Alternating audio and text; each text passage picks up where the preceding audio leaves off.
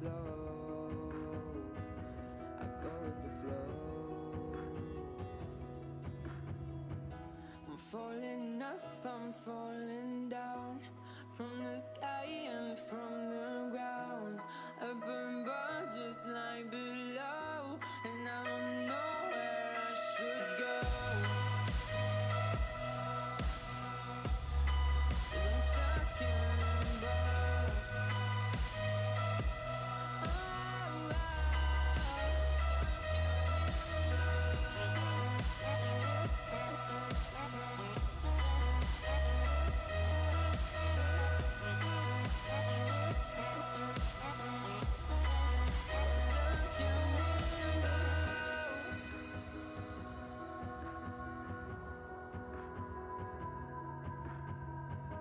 I'm out of love, but I guess I deserved it. Trying to hide, to pass you by. I'm getting down, feeling fine. I'm light as air, no one can reach me. Lost in a dream, lost in between. Let's keep on flying, let's keep on breathing. I'm falling up, I'm falling down, from the sky and from the ground. Up above just like below, and I don't know where I should go. 'Cause I'm stuck in limbo.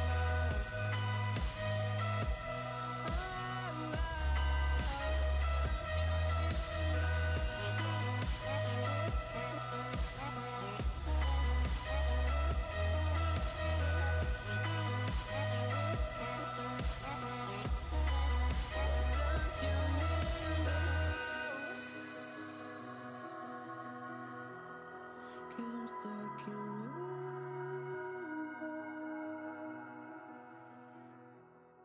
Cause I'm stuck in limbo.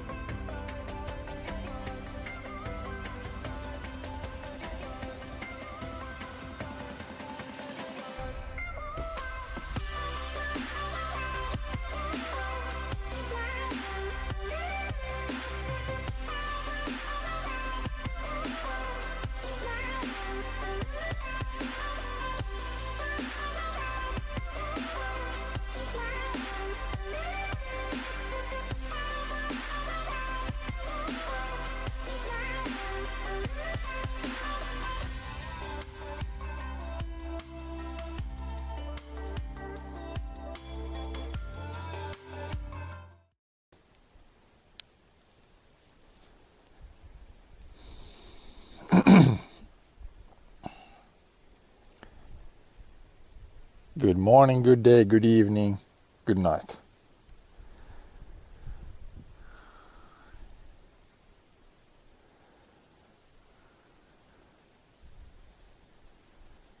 Yeah, let's see if we can't. I'm gonna pick some berries here first, and some peas, and then we can go and do a little bit of bike riding even after that. Check on some other things.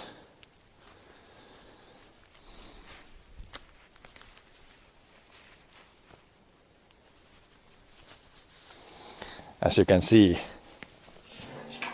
we have got this weird liquid falling down from the sky yesterday. Don't know what that's called, but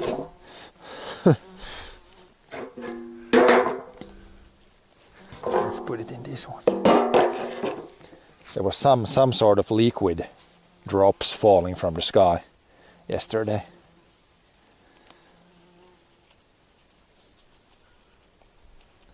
Somebody can probably explain what that was.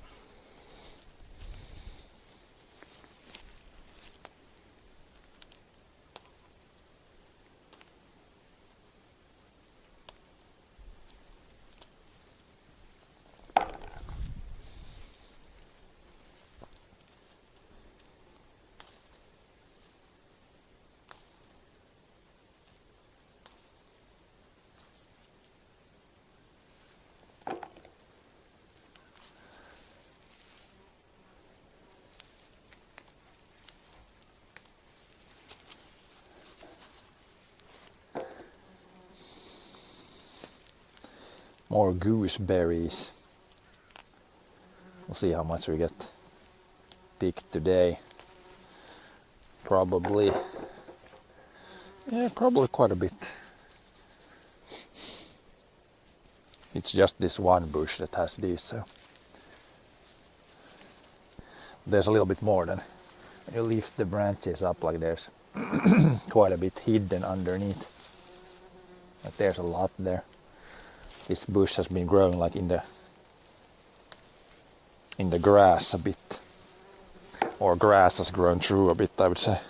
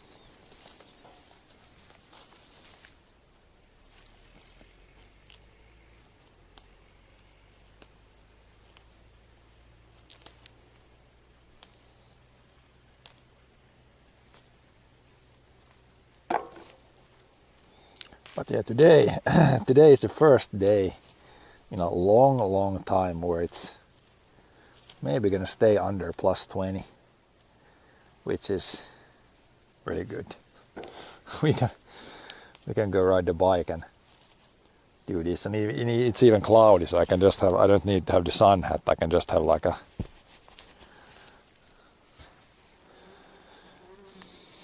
other type of hat. So good. This is pretty much the dream weather for me in the summer. If it would be like this every day, or most days, it would be good, and then some sunny days and some rainy days would be the best.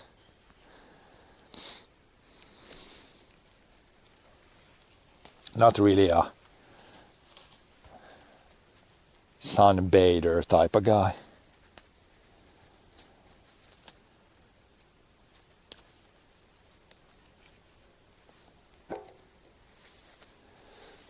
Big branch. It's a lot of these are not super big this year, kind of small even, but there's a decent amount. If I would pick every single, like some of these small ones we can leave, or if they looks like shriveled up or something, we can leave some, but there's a decent amount.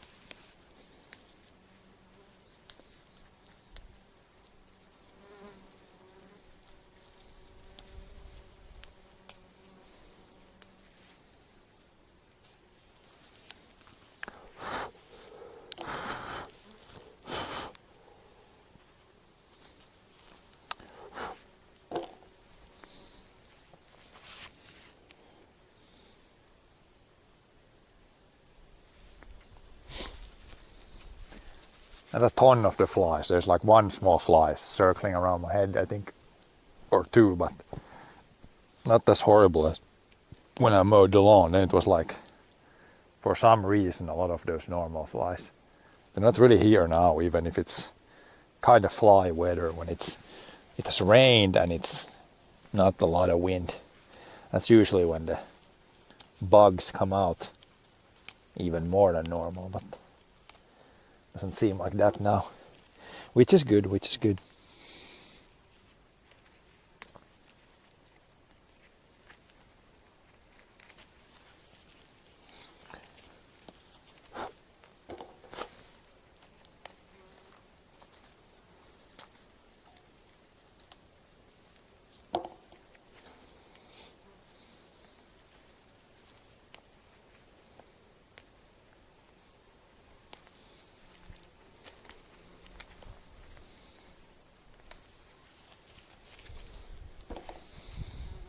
Probably gonna pick like of these. We can try to pick again a half a liter, a little bit over. Good batch for a few days and then come back again in a few days and pick more. Until the berries are like either gone or too old to eat.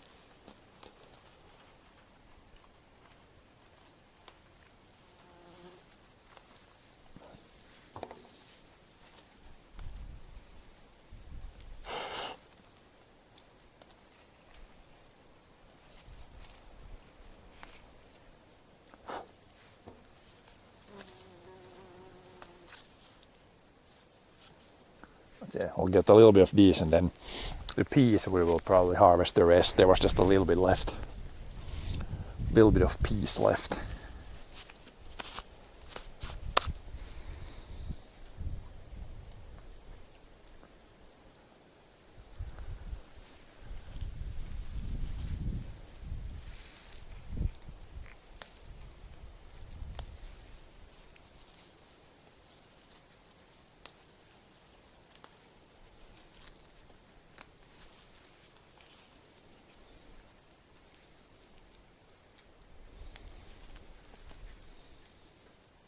Like here's some really, you can see really nasty of those, like centimeter long needle. That's why I want to be kind of careful when I grab the branches here and then try to pick the berries. But yeah, these gloves aren't super thick, but they will, if you stab it like this, then it won't, like the the needle won't penetrate the glove, so it's good. Wouldn't really want to pick these just by hand or without gloves. Like there you can see pretty big needles.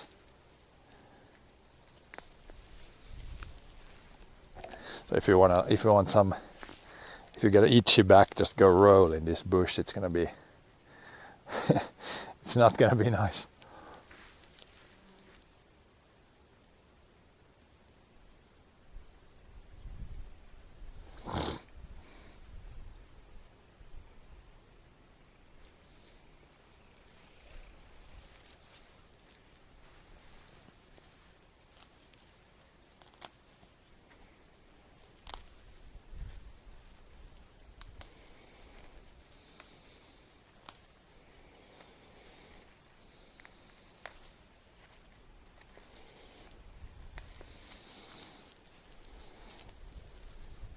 There's a little bit of moisture, so there's some of these leaves want to stick here. You can't blow them away as easily.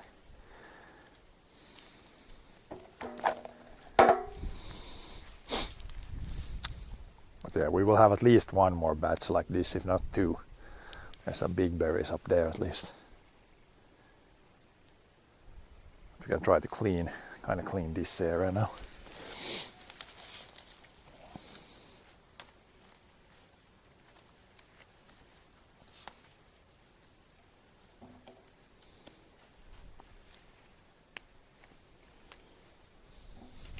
There's some like really small berries.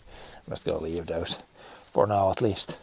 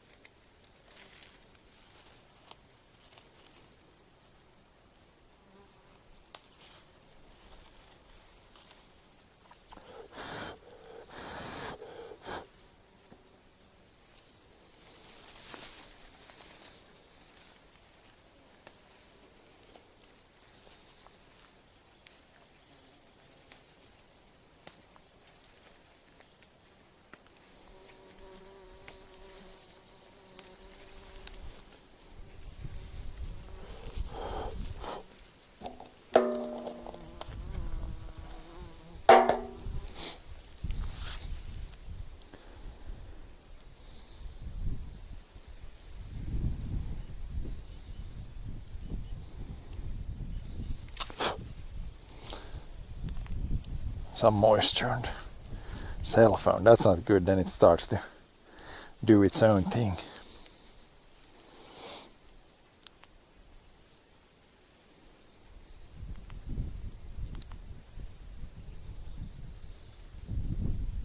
Nope.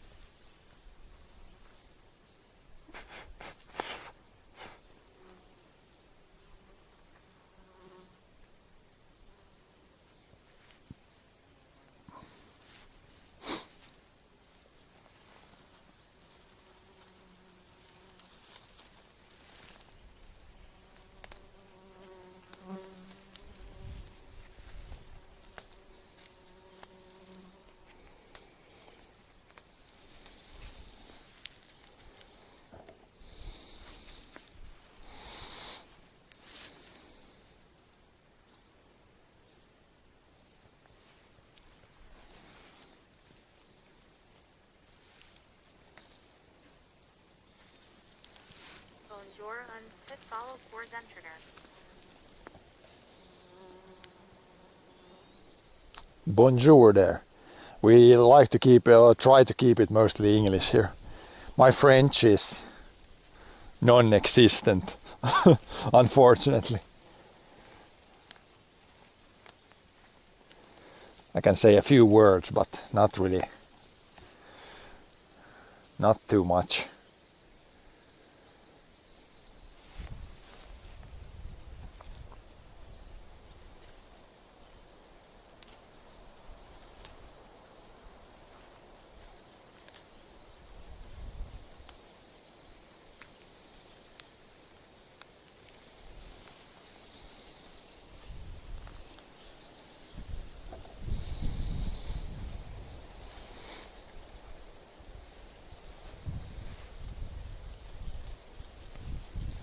Lift up a branch and we have a bunch of berries on the underside.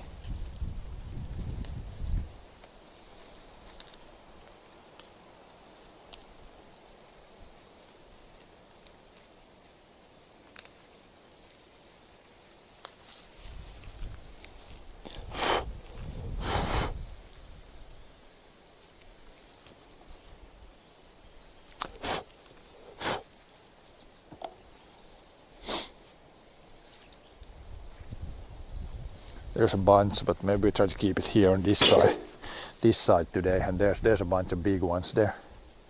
So at least one more of these. We can pick a little bit more, maybe max 1 liter, then slowly eat them up, and then in a couple of days come and fill it back up again.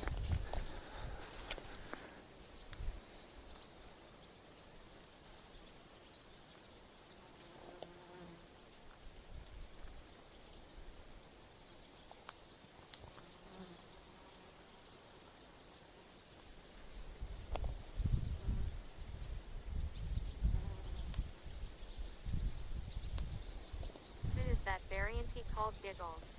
I have some of those. Is that variety called Giggles? I don't know what variety this is. It's some sort of gooseberry. I have no idea what the variety is. It was planted here a long time ago.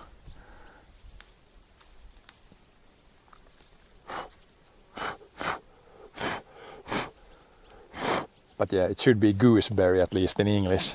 I had to look that even up because, yeah, didn't know what it was in English.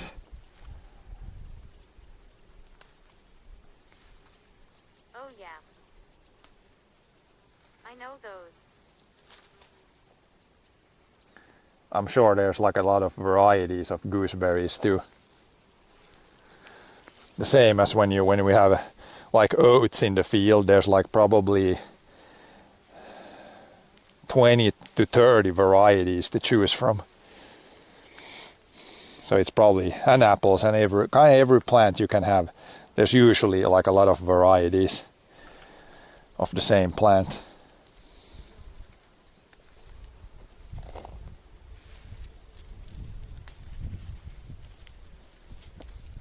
With slightly different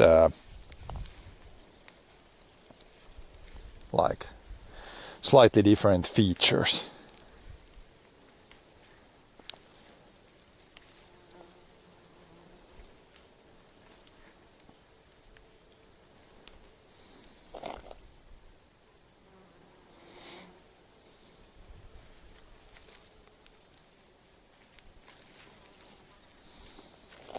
Where I am, the board stripped them all off very quickly. Birds.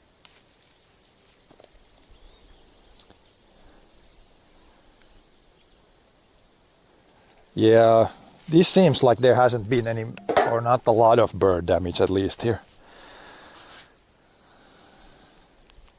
Man, there's a little water falling on the screen. Bush is so wet.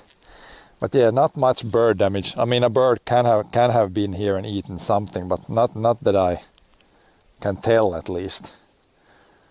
There's definitely a lot of berries left.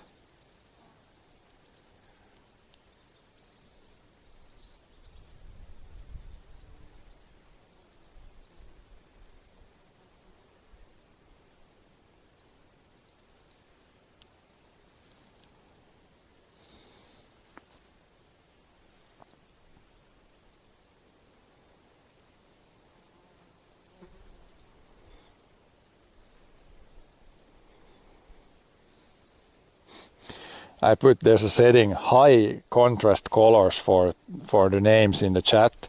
Now every name is black. Now I can't for sure tell anything. Oh man. What's going on?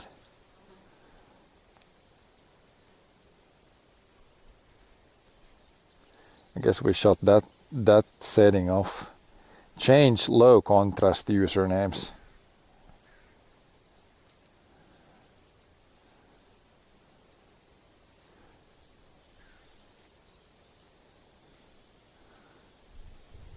That setting probably isn't working as it should be.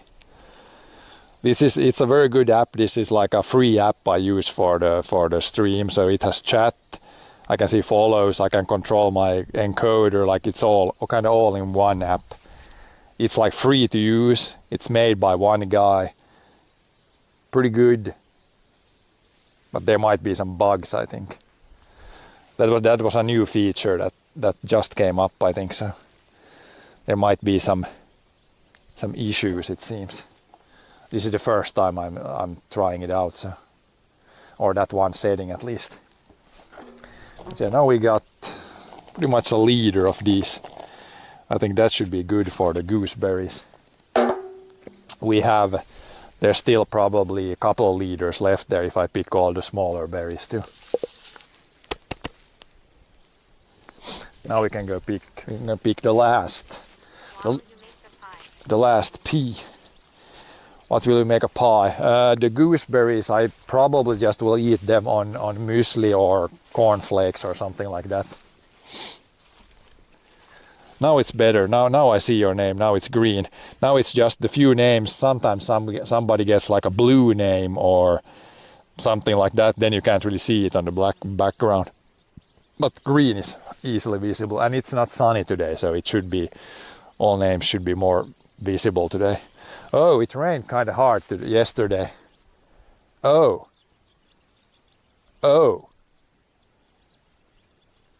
Our tomato plants it's even almost ripped out the roots a little bit there. I probably need to support those somehow. I guess if we harvest the rest of the peas here, we could take those poles and put them there and try to support them. It was kind of windy yesterday when the rain came down, so it pushed those completely over. But yeah, here we got the mini tomatoes are ripening nicely. There's a lot of these like small tomatoes, but the proper like normal tomato plants, they're kind of leaning over a little bit. But yeah, let's harvest the last peas first. Had a little bit left here.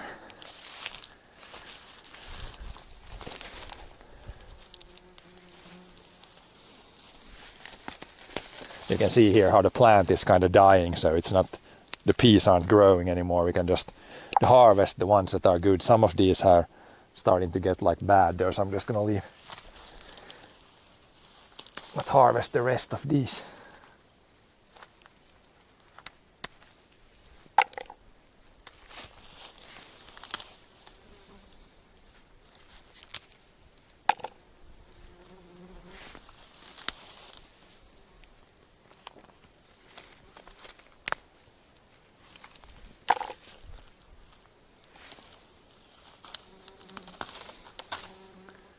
Then pea season is over. No more peeing after that.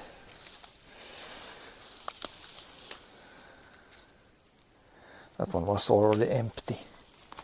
So I picked most of these earlier already. There's just maybe a little bit left.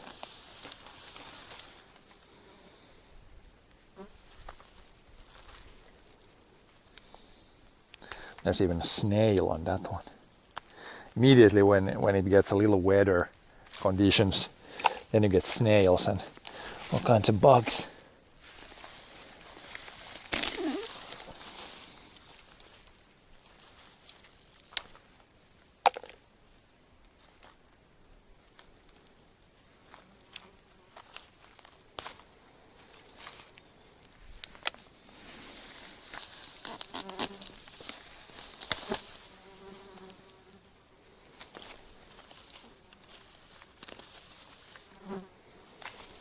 There's not much left here.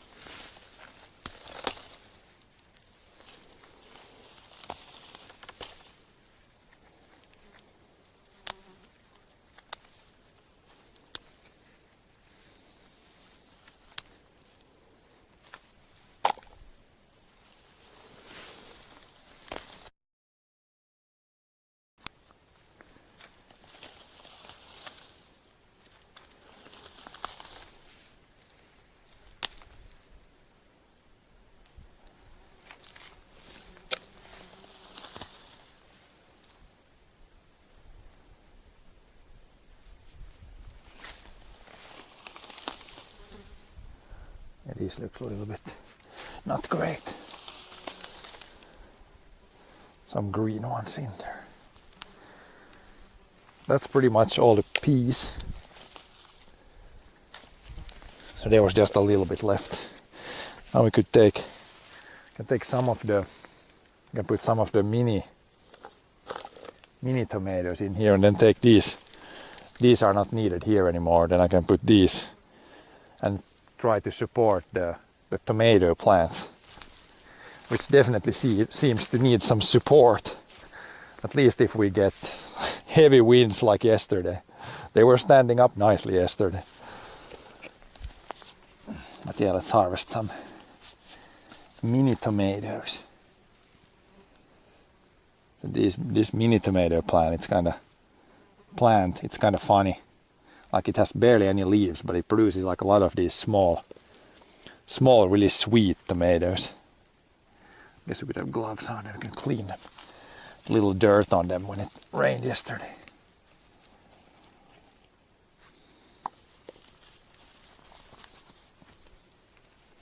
Take all the pretty red ones out.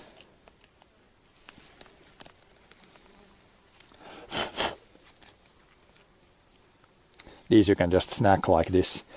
They taste like normal tomatoes, but like sweeter.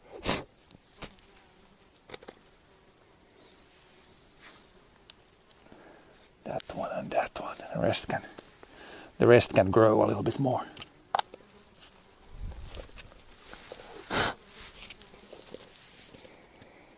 Some peas and some mini tomatoes.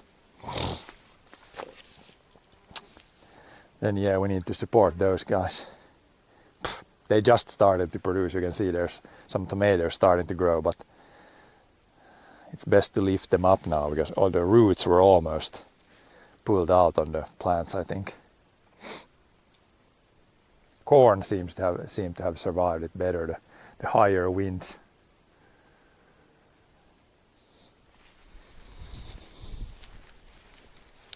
Same with these crazy beans. They're also supported by a few lines in there.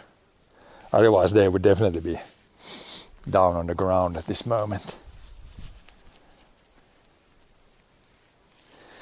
But yeah, if we take, should I just put, there's like two plants, should I put like a thing like this and then try to tie it up, or put two pearls and then have the lines in between there? I guess two pearls and lines in between should be fine. Could use the same things even if I wrap it like many times, because they're going to be closer to each other. This one is like tied up. And we'll take the other one.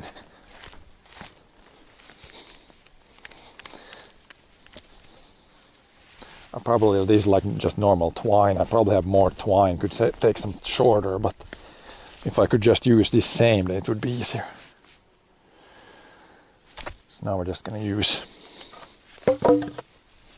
the one thing to put them in the ground, which we luckily still have here. If we put one here and one behind them and then put the strings between, then it should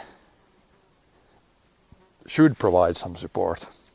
I could also like put just one stick and then tie something around it, but I think two sticks and that should also work.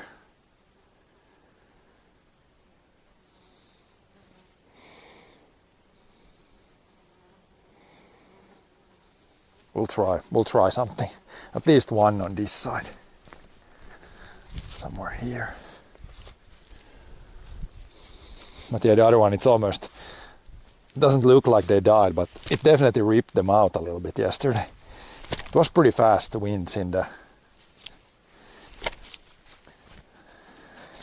gusts. Hello. Oh, now the ground is definitely saturated through. So I did water this a few days. I watered this a few days ago, and now it rained yesterday. Hello there, Nemanja.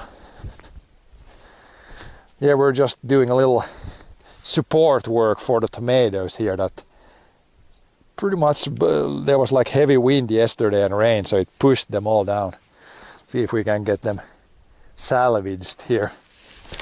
Get them back up and standing.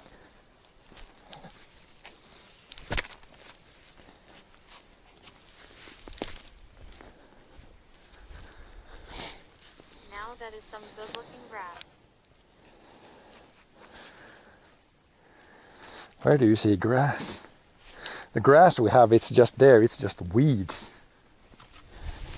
Not really trying to grow grass here.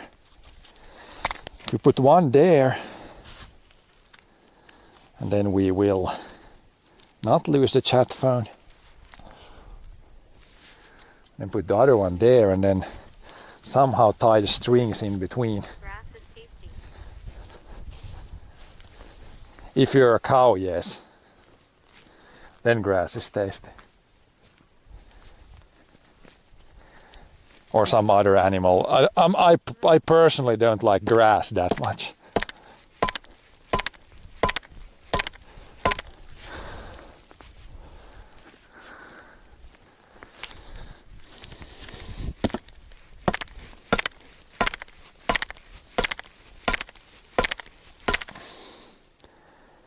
Those are hammered in there at least.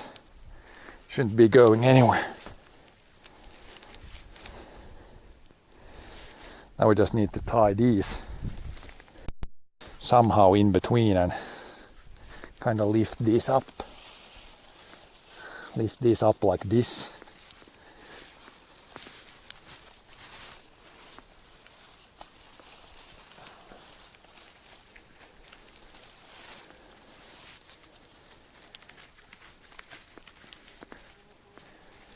Something like that underneath. And we go here. And we go back. Lift them more up.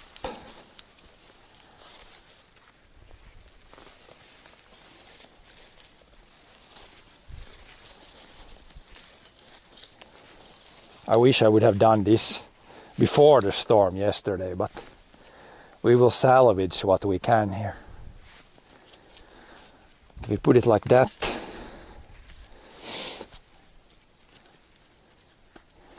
that should keep it. At least they won't fall down this way now.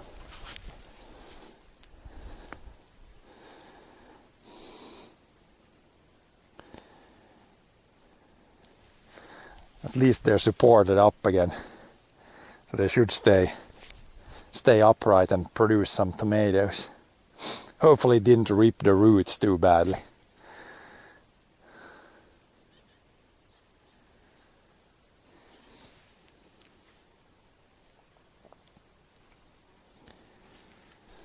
But yeah, that should be good there. Take a look at that stuff. And then we pretty much are done here in the garden. We're gonna go ride the bike next, but just checking some things here in the garden. It's kind of muddy here, so I don't want to do too much here.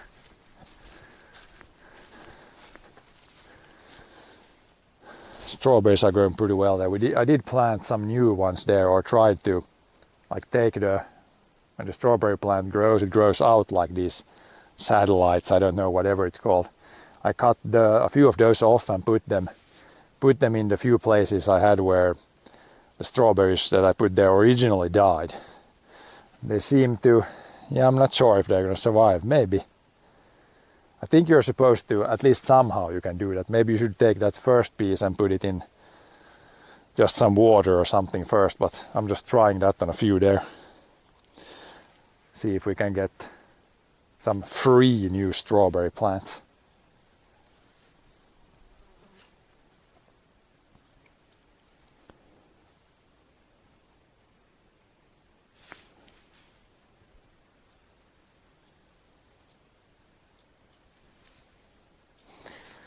Yeah, let's get the mud, some mud on the boots. Then we can go ride the bike a little bit. Check some places.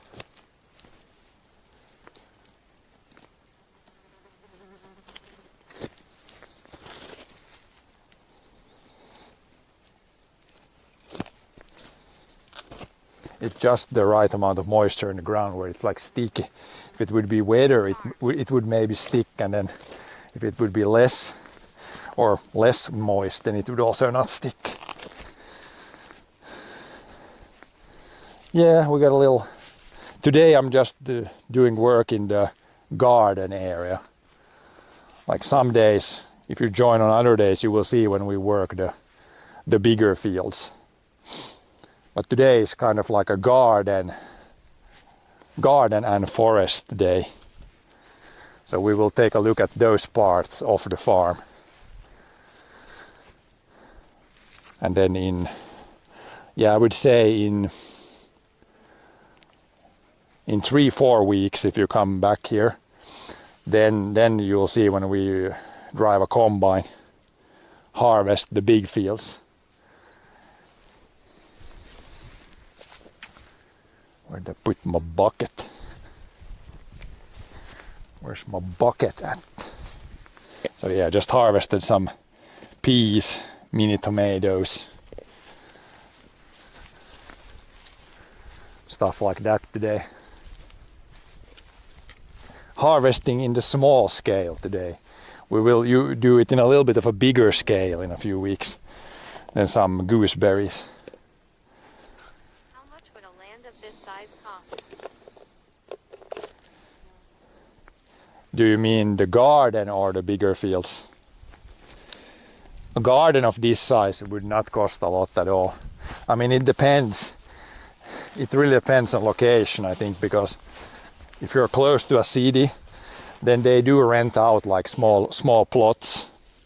They rent out like small plots like this, and I don't think you need to pay much more than, I don't know, they rent it out like, I would guess it's like maybe €100 per year or maybe a little bit more.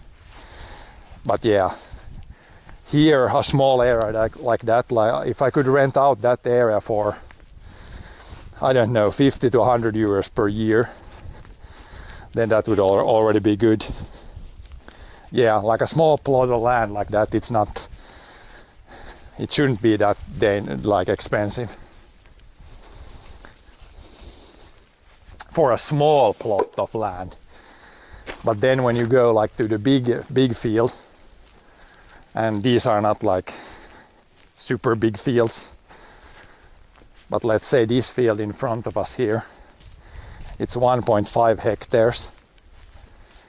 This would, around here, this would cost to buy a field like this would be probably between 10 to 15,000 euros for this field here. It's not a super big field, pretty small field.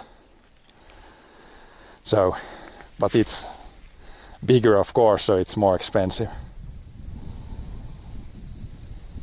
But yeah, usually for a garden you don't. Not own it. But you rent it, not own it. This field right here the farm owns. Like a few fields we rent, but this field, and that field we do own some fields. And the garden is also, we own that small piece of land.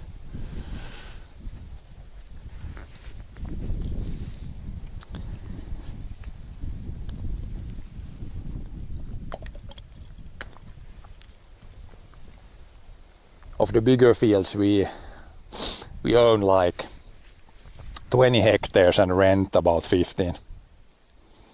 So almost 50-50 there.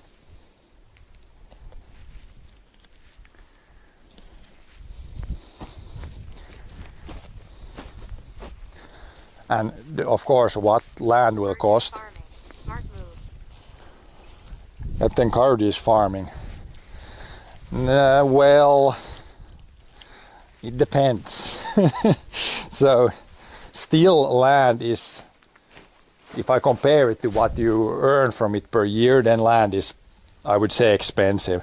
It's become a lot more expensive in the last few years, or last maybe 10-15 years.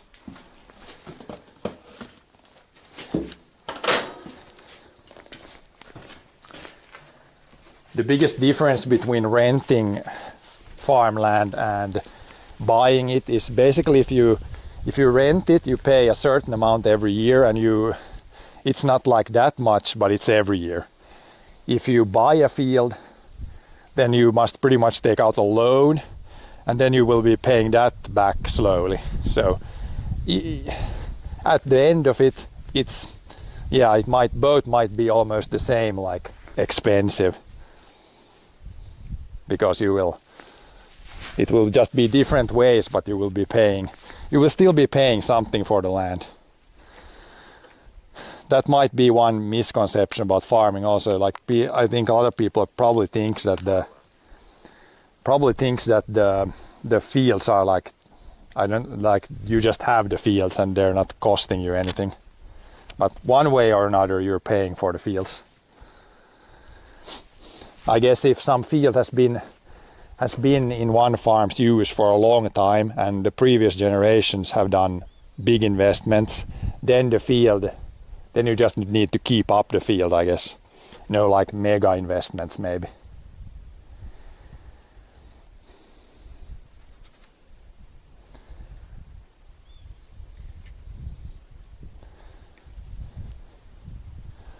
But yeah, we can go take a look at some more forested areas. Show me biceps. I can show you the bicep of the finger. Look at those finger muscles. Is it morning time? It is 11:46, pretty much noon. You can also, for weather and time, you can look the right down corner of the stream. I have like a little thing there that says the time and weather.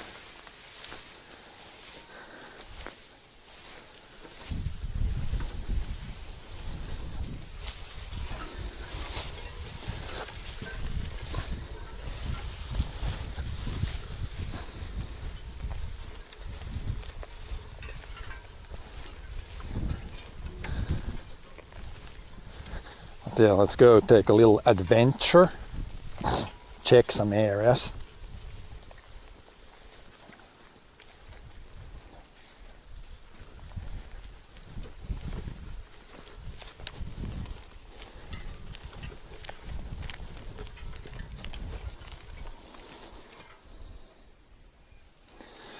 Adjust the camera a little bit now, and then when I ride the bike I want to adjust it even more up.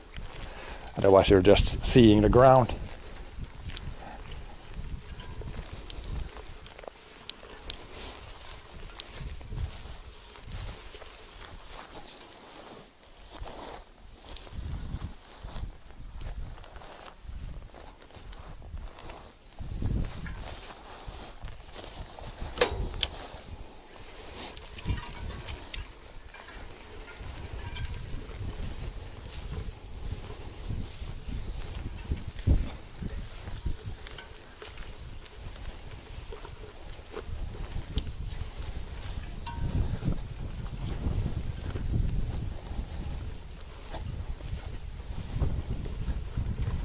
Good wind. If we get some good wind, that's good. Keeps the bugs away. It did rain a little bit yesterday, so there might be some bugs around.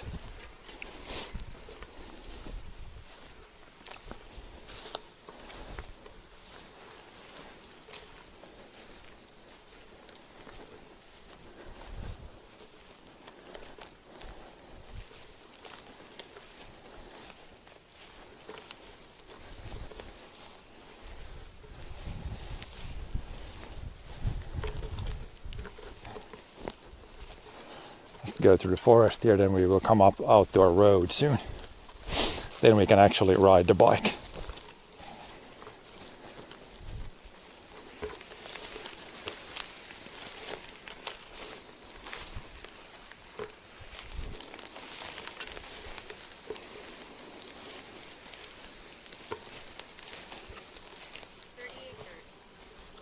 What's the weather like this time of year? 30 acres. Now we got about, there's a big bird flying away. We got 80 acres of fields and about 50 acres of forest. Or that's how much the farm manages, I would say.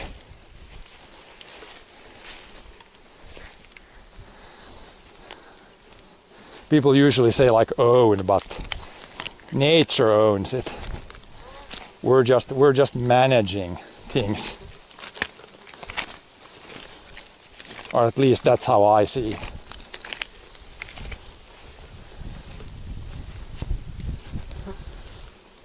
What's the weather like this time of the year?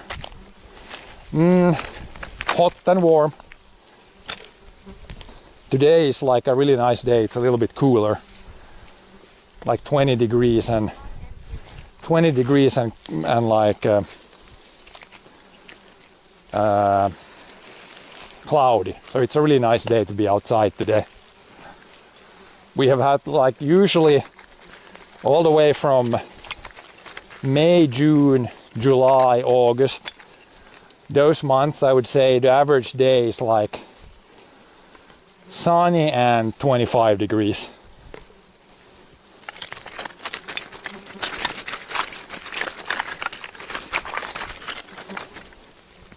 That's an average day. Today is like slightly cooler, but then again the moisture is maybe a little higher today because it rained. It rained a little bit yesterday.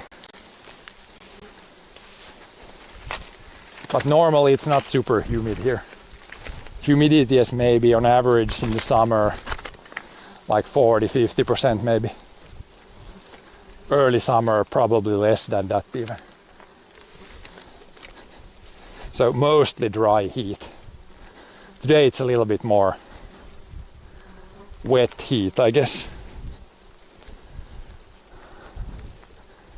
Okay, come out to a road. It's a pretty rough road, it's like a gravel road. But it's good to ride a bike.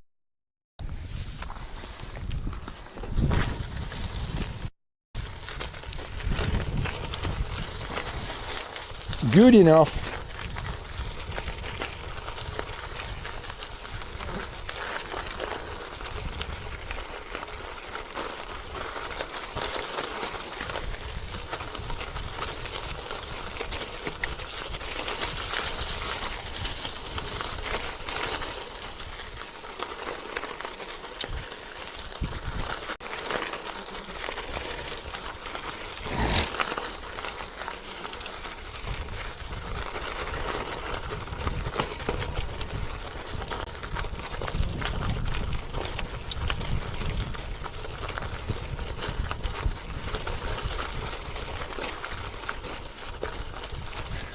We'll go take a look at some things, then we could even pick some blueberries. There should be some blueberries around here somewhere.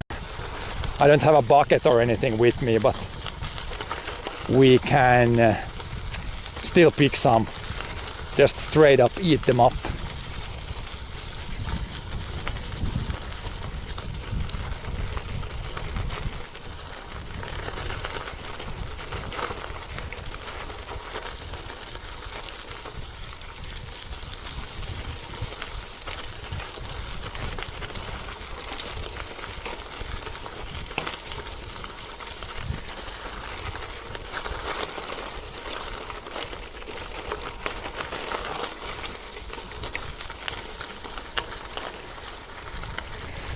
Can we go to S-Market and get some Fazer chocolate?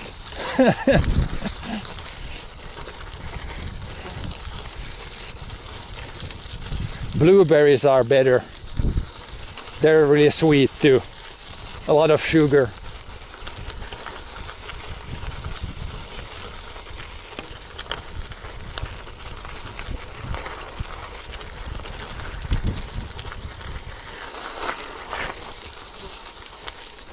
And they're pretty much free.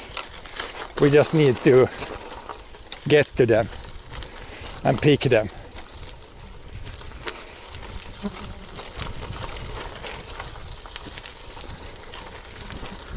But yeah, Fazer makes some good chocolate. Big fan of chocolate.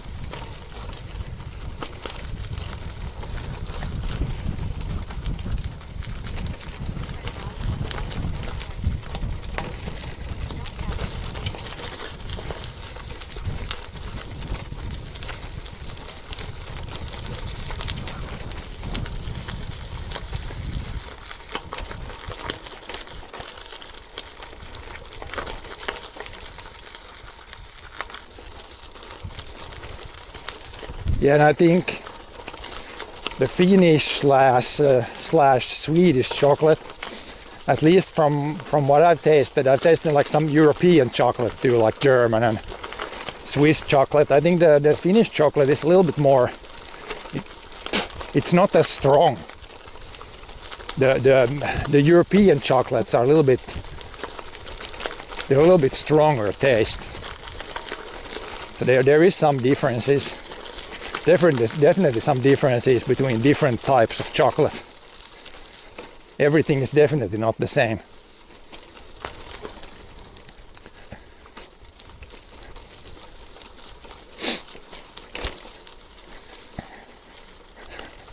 But yeah, also one thing they really seem to be pushing here last few years with the chocolate is they mix it with all kinds of things. Like you can buy a chocolate, like not a bar, but a chocolate, whatever it's called, like a plate or like a square piece. And then it's like chocolate mixed with Oreo cookies or chocolate mixed with, like there's all kinds of different tastes, or they put like some other thing in there. Like chocolate with some licorice in it. All kinds, like they seem to be trialing, like they put everything they can pretty much imagine, and then they put that in chocolate.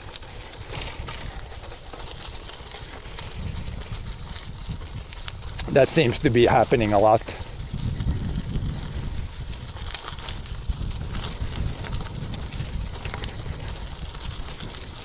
Dark chocolate and white chocolate and mix all kinds of things together.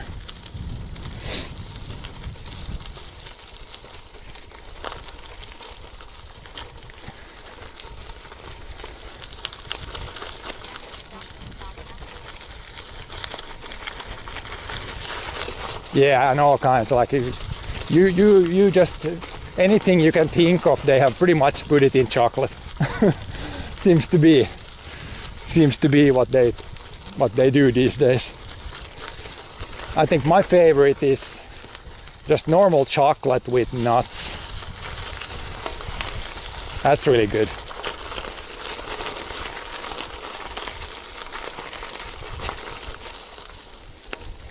With like, is it? Yeah, I think it's like hazelnuts.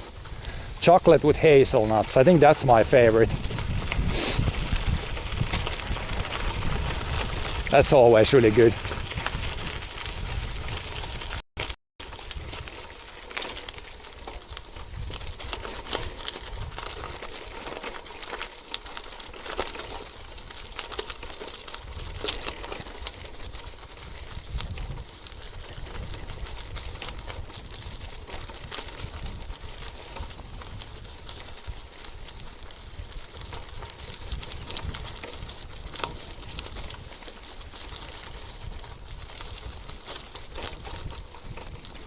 Even dark chocolate is pretty good. I think white chocolate is not really that good. Can eat it, but cannot eat a lot of it.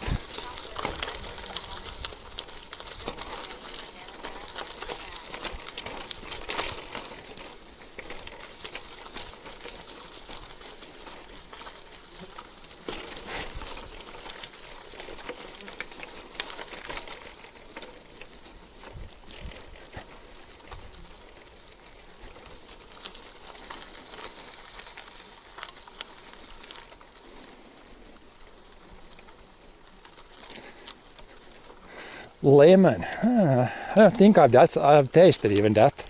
But yeah, they do. There's probably like, I don't know, they have like 20 different or 30 different kinds of chocolate. Like all kinds of different tastes.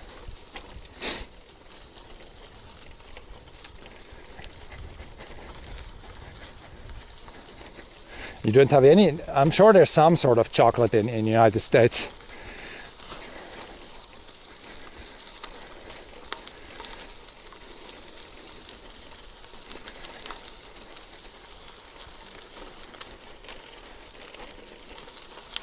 At least like chocolate milk, I know. It probably exists. But yeah, maybe chocolate in the hard form. I don't know.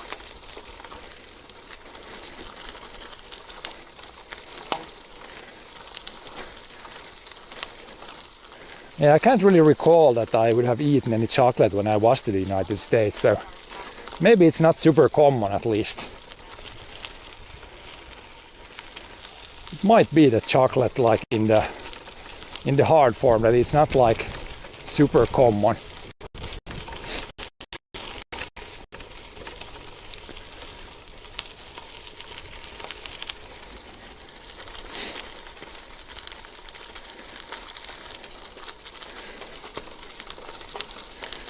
Or yeah, maybe it just tastes different.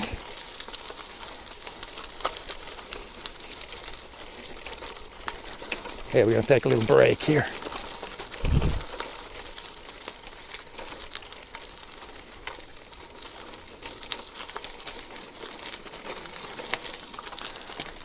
Up on the bedrock. Hello from Arizona.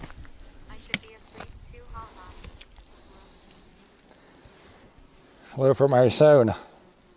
We did drive through Arizona when I was to the United States. We started in New York and ended up in Los Angeles. So I'm pretty sure we went through Arizona.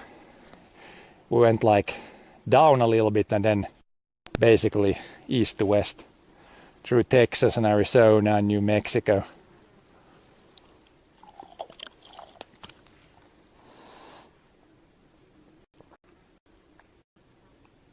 It was a good road trip.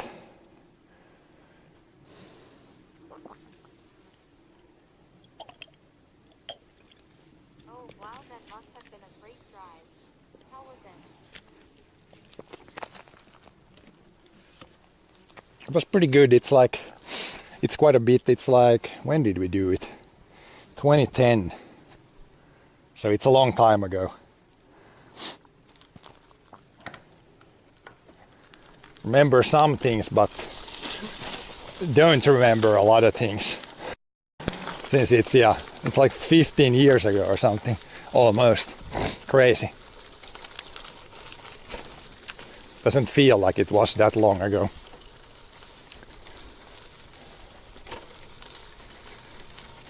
What's that like? 2 maybe 3,000 miles, isn't it? It was quite a bit. It's definitely, we were there for like, I think it was like a month. So it was quite a bit of driving. Many thousands of miles for sure.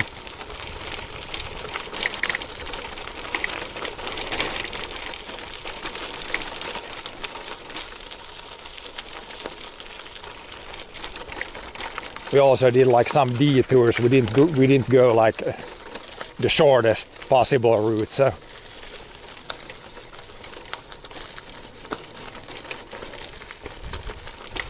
went to like the Grand Canyon and all kinds of other places.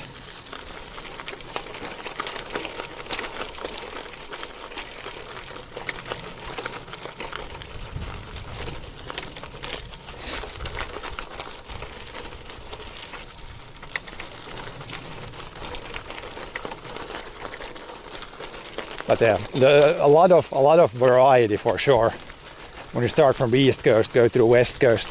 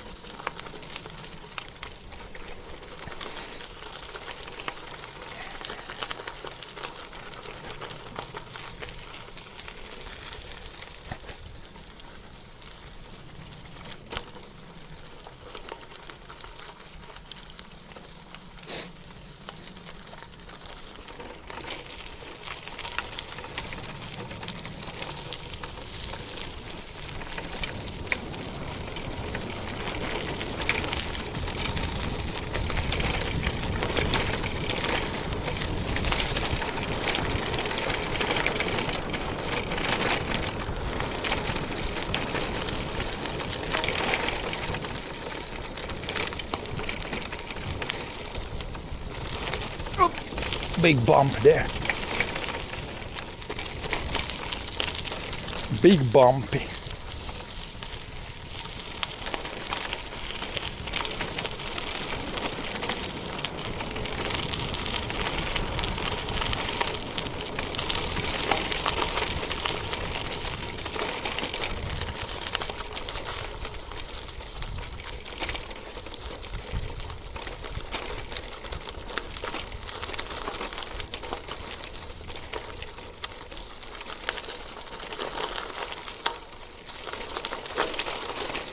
Just a little bit more, then we can leave the bike for a little bit and go investigate, see if we can't find some blueberries maybe.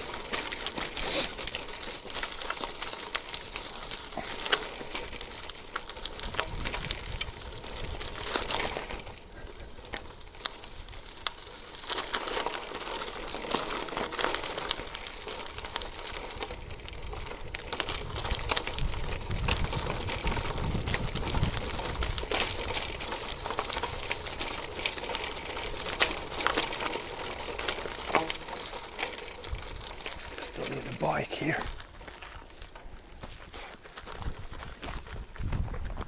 Let's leave the bike here. Take the put our chat phone back in the thingy.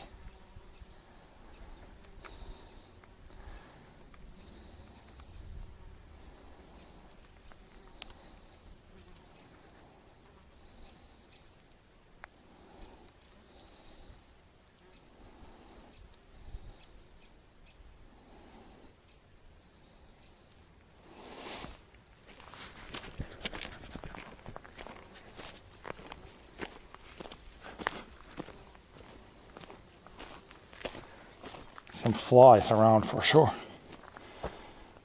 It's weird this fall. It seems like there's not that many mosquitoes, not that many horse flies, but there's just a bunch of these like normal flies. Like what the hell? What's up with that? Hello there, Arthur. Oh, nice. The digger has been here too. We can show you. I can show you this at the same. First, I got a camera, so you can see the digging machine has been here, dug the soil a bit here. So I can show you guys that. Probably not super exciting, but maybe if you're into some forestry stuff, then it might be interesting. But yeah, the main objective is finding blueberries.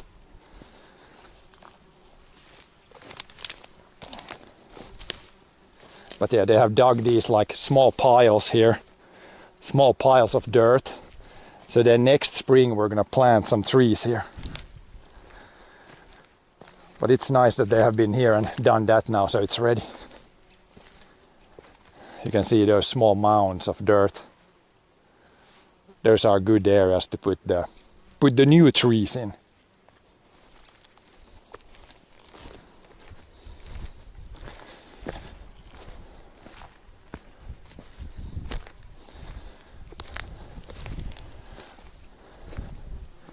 And even nature on its own will. Like when the dirt is exposed like that, the natural seeds will come down and some trees will start to grow from that too. But we will be planting some trees here.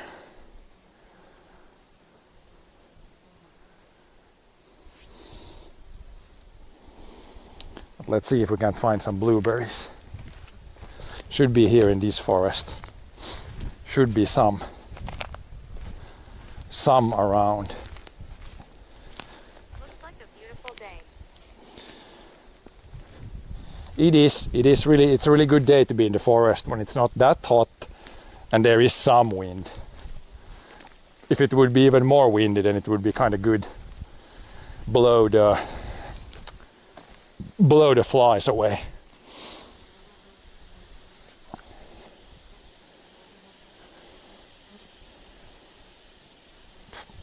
But yeah, here's a prime example.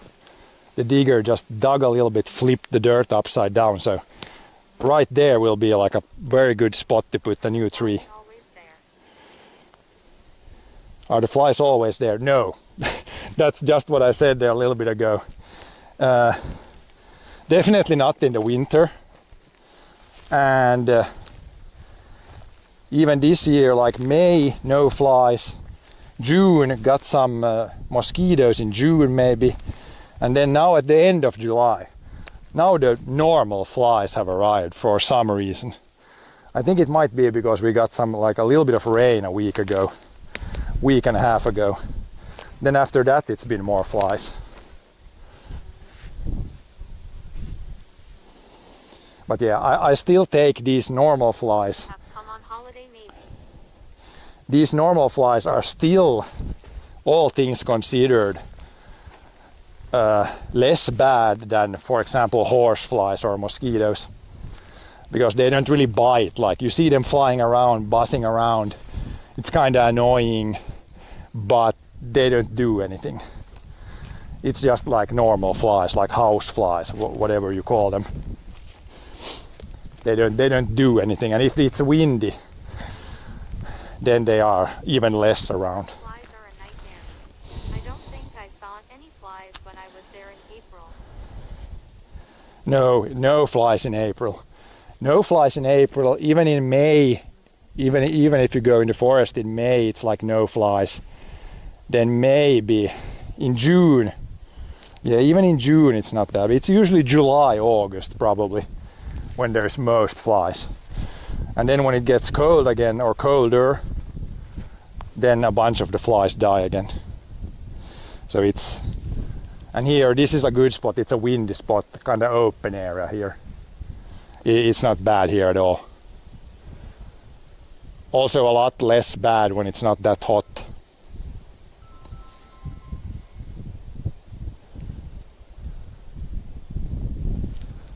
So yeah. And then you could get the deer fly, but the deer fly, again, they come like really late. They usually come in like August, September maybe. And they don't really do anything. But they look kind of like spiders, so not a big fan of those, but they don't really do much. But yeah, here's some blueberries. They're pretty small, but we can find some here. It was so dry this year that if it didn't grow well in the fields, then you can also see like these blueberries, or again technically bilberries, are pretty small. They're usually like double this size. But they taste good still. Taste is very good. But yeah, I don't think we're gonna pick any this year. They're so small that it's too much work. Sometimes when you get a lot of them and they're bigger, then you can collect quite a bit pretty fast. I think this year we're just gonna pick a little bit like this and eat it straight up.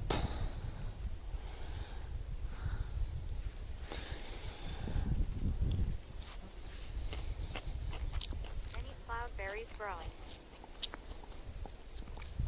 Cloudberries, we would have to go to a different type of area. This is like blueberries grow, and or bilberries and lingonberries. If you want cloudberries, you need like a swamp, a treeless swamp pretty much. And around here there isn't really any of those around here. Cloudberries are more common, I think, if you go in the a little bit more north in Finland. There they have a lot of those cloudberries, but cloudberries are really good, really tasty. But yeah, this is more blueberry ground. Around these parts. Or wolves even. There was a lot of deers, wolves, deers for sure. Like just a couple of days ago when I don't know if I was picking berries. It was when I was mowing the lawn. When past the neighbor's field. So yeah, I saw a deer like 2 days ago. Wolves, there have been sighting of wolves around here, but I haven't personally seen a wolf. Or same thing with bears. There have been sightings here, so there is probably like some bears around somewhere here.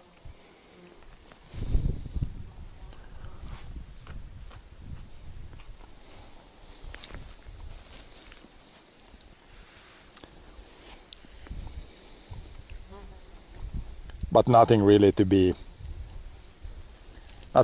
worried about, I would say. Even though if I would give you the social media answer, then I should say that I'm really scared to be outside here in the forest. Get bears. That's the social media answer, I guess. And then the more statistical answer is that it's really, the bears and wolves are really not dangerous. That's the statistical answer. But for sure you could see a bear. It's not like 0%. Here you can see lingonberries. These are still green.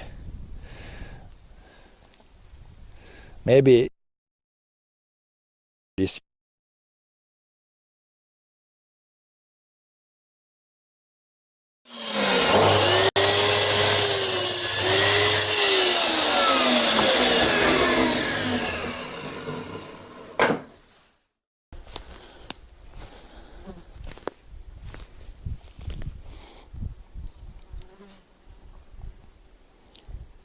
Okay, we're back. And that was just a random drop, I think. Bitrate is really good, so it should be good. I'm spending Christmas in Finland and nervous about running into Karu.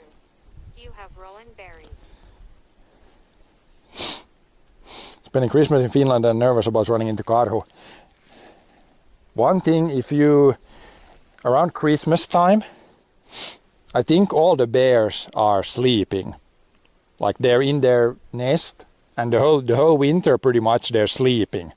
So I think in the winter it's like 0% chance of running into a bear unless you find the nest where the bear is sleeping, and then you somehow poke the bear there. So in the winter, I guess it's even less likely to run into a bear. Like right now, bears are probably outside and they're eating as much as they can so they can sleep the whole winter. So, yeah, I think in the winter it's like 0% chance of running into a bear. Do we have rowan berries? Yep, those are a lot around, but those are really, really sour. You gotta put at least 50% sugar if you wanna eat those. Rowan berries are really, I can probably show you like a rowan berry bush. It should be, maybe they're not that common right here. There's one. Right here we got one. It doesn't seem to have any berries. It's just a small one.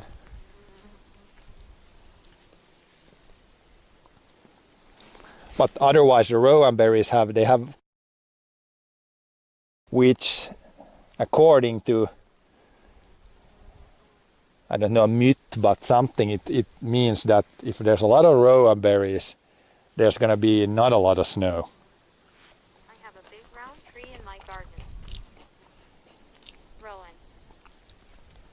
Yeah, we have, in some areas there's a lot. Right here there's not many Rowan trees at all. But in some places there's a lot. I mean there's some and there's some.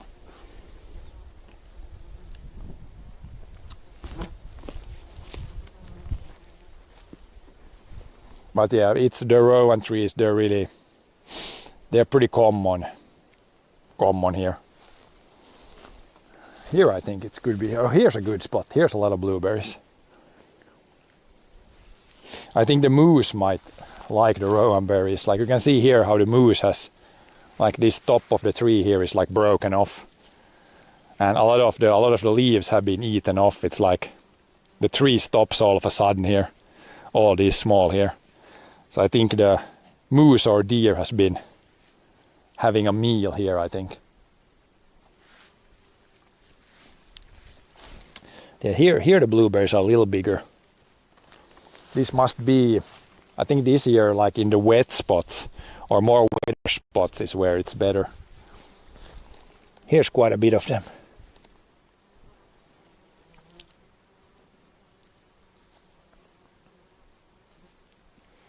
Still small, but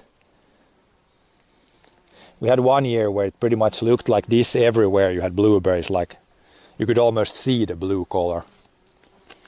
And you could, with the picker, I could pick like a lot in 1 hour. But then everything was like this. This is really good here, really a small patch.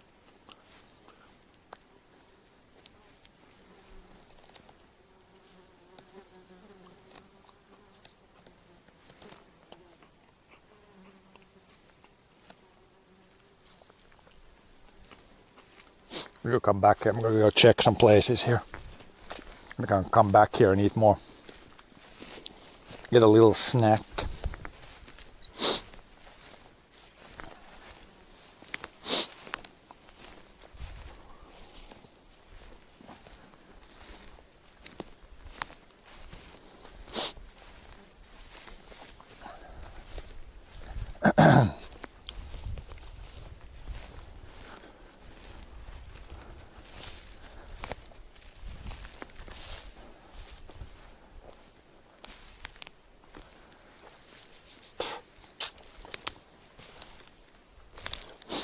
But yeah, this area here, it's gonna look like that in about 15 years.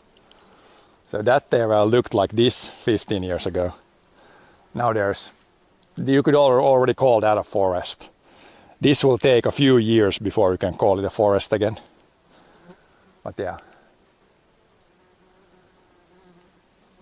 We'll plant some trees here, and nature will also fill in, I'm sure. Here some birches. Usually if you have one birch in the village, then that will provide seed to all the forest.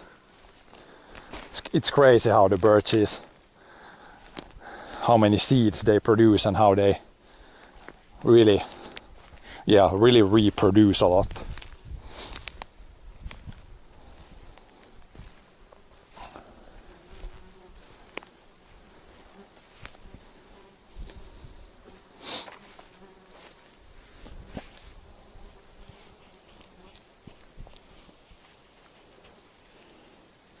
And then that area is really dense. Here we're gonna come back in the fall and cut down some of those trees, make some firewood.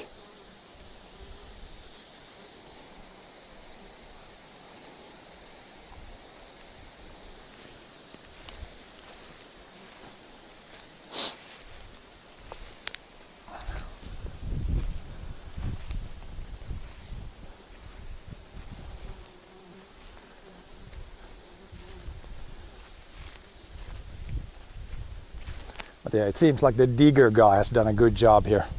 There's enough of piles. December in Finland. Is it snowing in December in Finland? Most years I would say, yeah.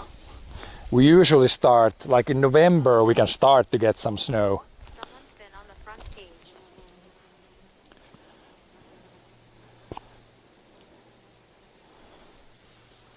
But yeah, usually in November we can start to get some snow. And then, but we don't have like the snow that stays usually comes maybe end of December. Like it really depends on the year. And then these days, it might all melt away at any point in the winter. Like all of a sudden in mid-January, all the snow melts away. Back in the day, it usually was like January, February, it didn't really melt. All the snow didn't really melt away at that point.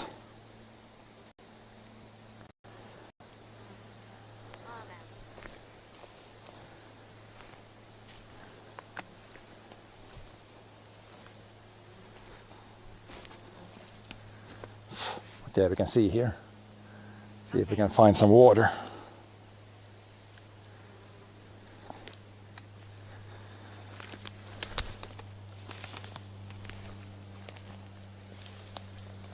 Oh, raspberry bushes. I think this year, in a couple of years, there might be a lot of raspberries here. I think this year is too early. But in a few years, we're probably gonna find some raspberries here.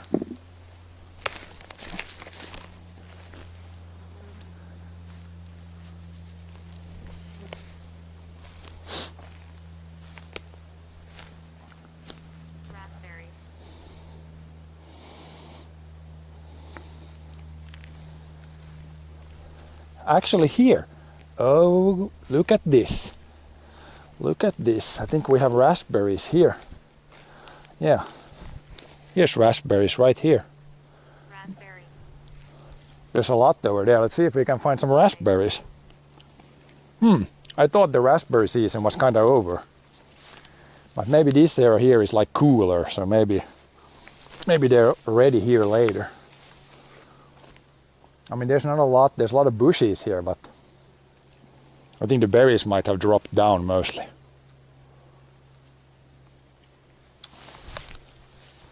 Let's eat and not die. Yeah, so this is like all those survival games. You just pick up berries, right, and then you eat them. And that's how you survive in the games. So it's like the same thing here now. Yeah, this is like the first year's bushes. These don't produce berries. It's the second year bushes that we're looking after. You get zombies there. No zombies, so the enemies are a little bit different.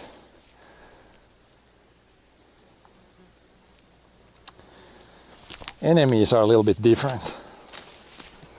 Just bears and wolves and things like that. NPC flies.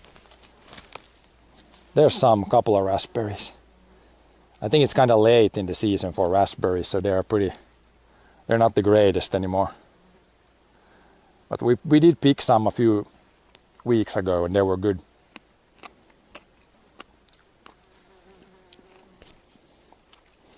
Yeah, the biggest enemies right here is like the flies and mosquitoes and stuff.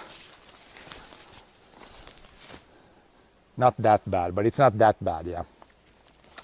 Especially if we're in a more windy area. This is kind of like we went down here. This is more, I guess there's a little bit more bugs here.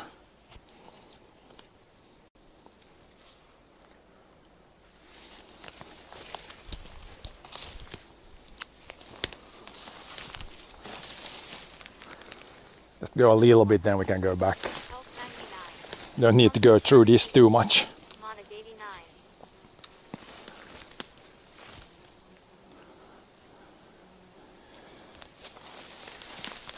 Yeah, I did eat before I came here, so I'm not actually that hungry, but anytime you can find some tasty raspberries, It's good to eat them.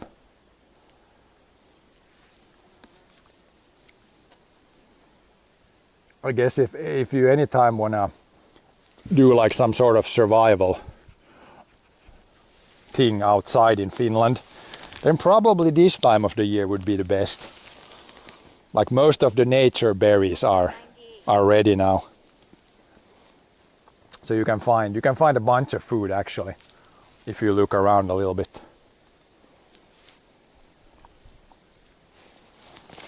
Oh, there's another juicy one.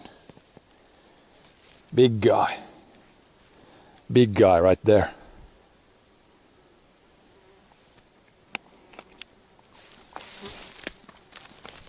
Yummy, yummy.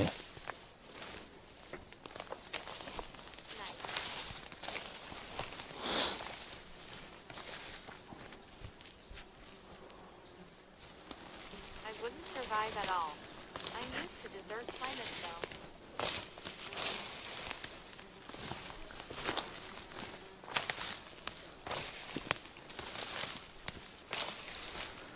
See, yeah, we got the mosquitoes are definitely here. It rained yesterday, so mosquitoes are out. We're just gonna check this area and then go back to the more windy areas with less mosquitoes. Super chill.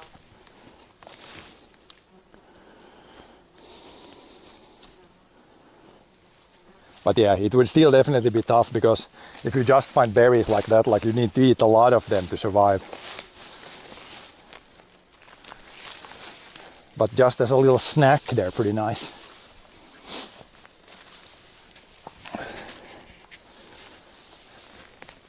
Oh yeah, a different type of forest here. So this was also cut down a bunch of years ago. Now there's, as I mentioned before, the birch always. Here was nothing else done, just a little dug. The dirt was dug up a little. Then you can see it's like full of birches. I need to come here with the brush cutter and cut down some trees soon. Do some forest maintenance.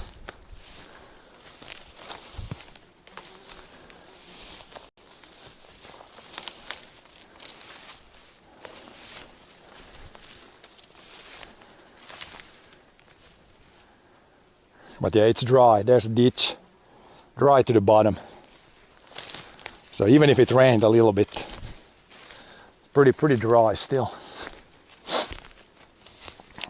See if we can go back the same way we came, I think.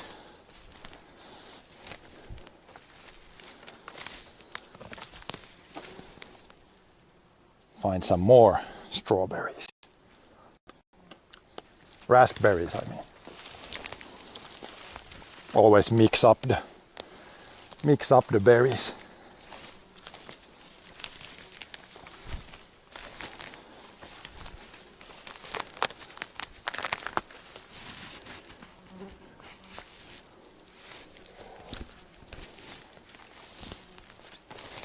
If I would want to be here a longer time, I would definitely not have this hat. I would have the kind of like a beekeeper's hat. That keeps all the bugs away from head and neck. And then pretty much have a long sleeved shirt. Then the bugs can't really do anything. But yeah, we're just visiting today. Just a quick visit.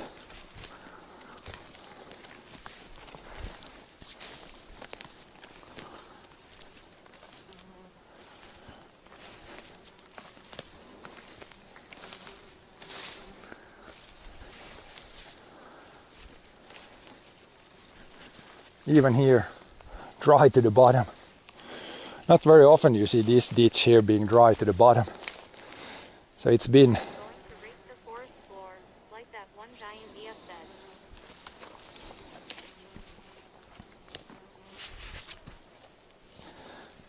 said. No, definitely not. Yeah, who was it that said it? Was it Trump or somebody that said that we don't have forest fires here in Finland because we rake our forests or something? Was it from there that it originated? I don't know. Yeah. I can tell you that's definitely not the reason why we don't have that many or that big forest fires. Like we still do have forest fires here.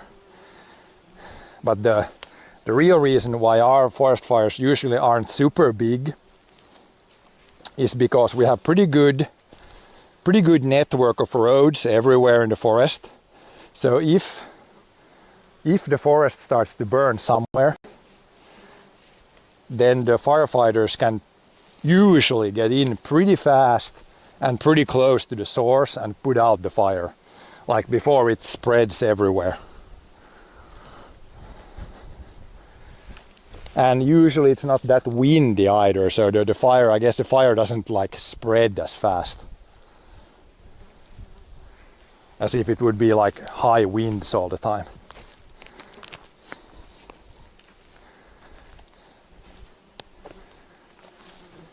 But yeah, this summer there definitely was a chance that there could have been some bad forest fires because, as you have seen here, it's been a really dry summer, but still really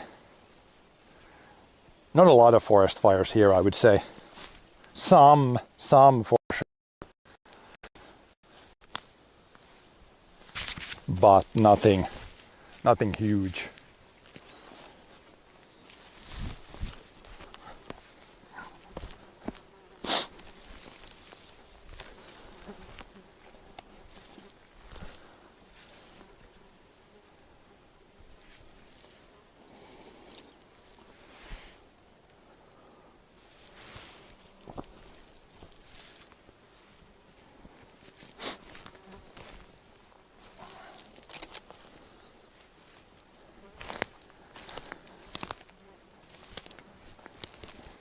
Back to the blueberry area.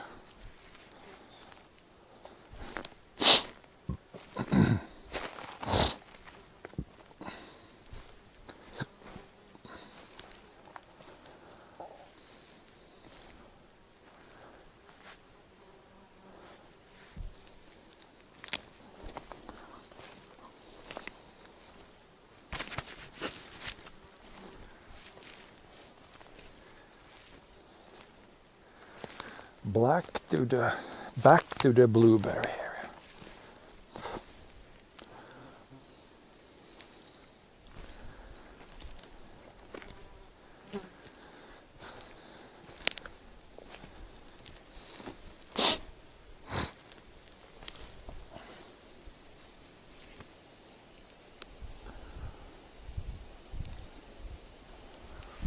Oh yeah, here's when you go up on the hill there's more wind. That's good. Blows for sure the mosquitoes away at least. Maybe even partially the flies.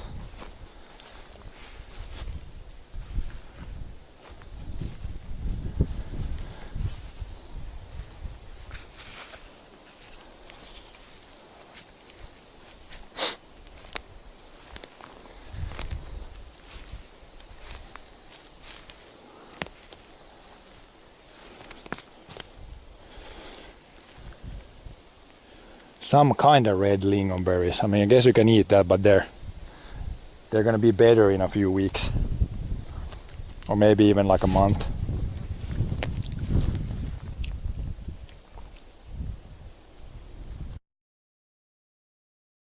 Almost raw yet, a little bit raw.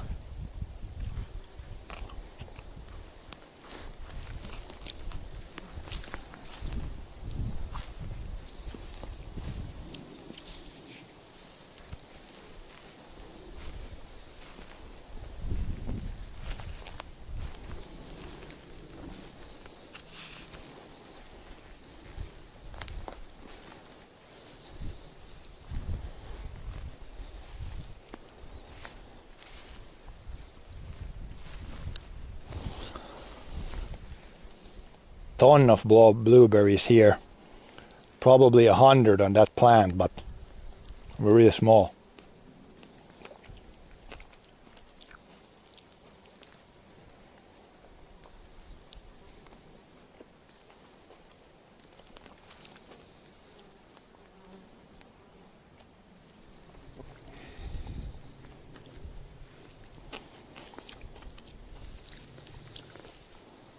small ones.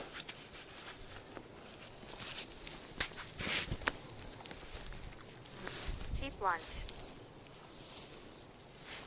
Yeah, we're finding all kinds of stuff here today.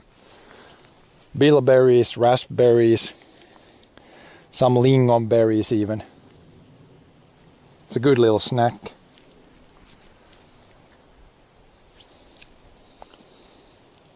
I guess it's almost 1 o'clock, so like 1, 2 o'clock, that's usually when you take like a coffee break or something. So we can take a little bilberry, raspberry, lingonberry break here.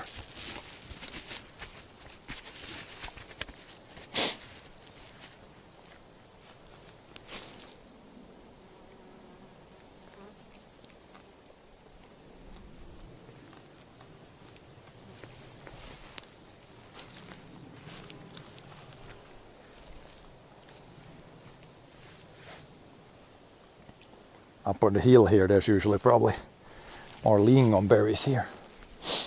Usually the lingonberries grow in the really dry or drier areas, and then bilberries in the little bit more moist areas.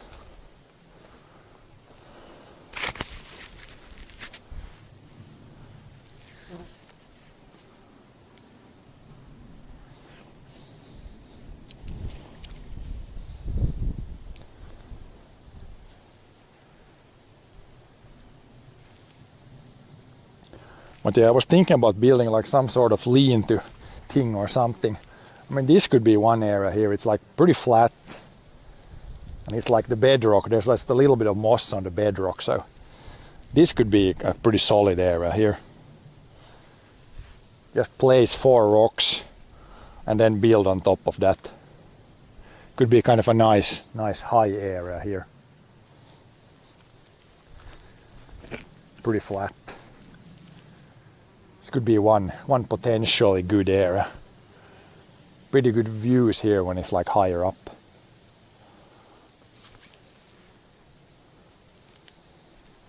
But yeah, we'll see about that. Then we would have some sort of shelter. If I come out to the forest here and if it starts to rain, then we would have some sort of shelter.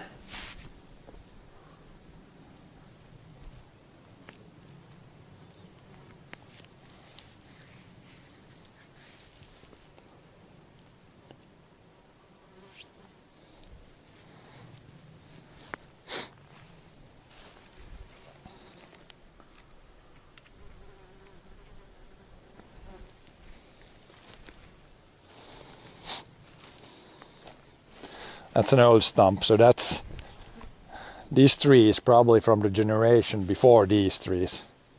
And these are like 40 years old or something. So that was cut down at least, I would say 50 years ago. Could be more. It's a really high stump, so you know it was cut down with not a chainsaw, but with hand tools, with a hand saw. Really old stump. You can still find some of these. That's probably been like a pine tree, because those stumps of the pine tree, they sometimes last a long time in the forest.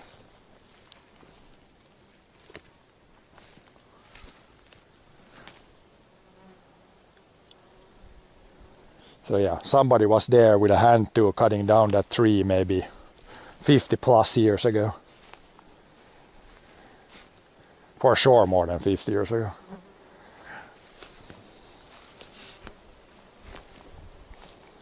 And then some other guy was here cutting down this tree with a chainsaw a couple of years ago.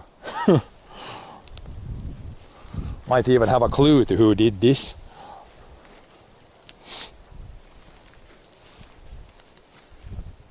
More old stumps.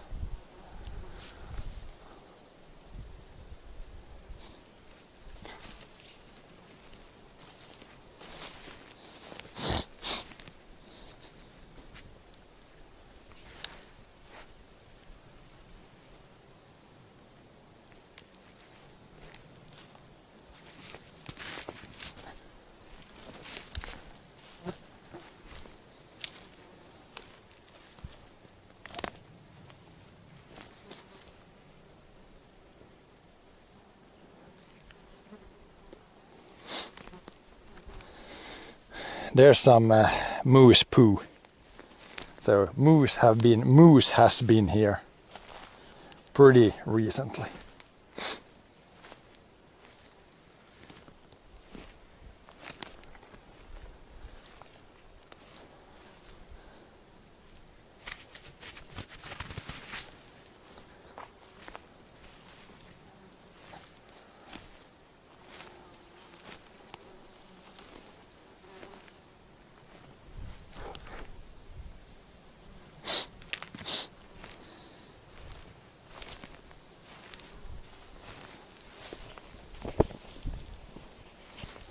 Oh, the sun is trying to come out. Might clear up later today.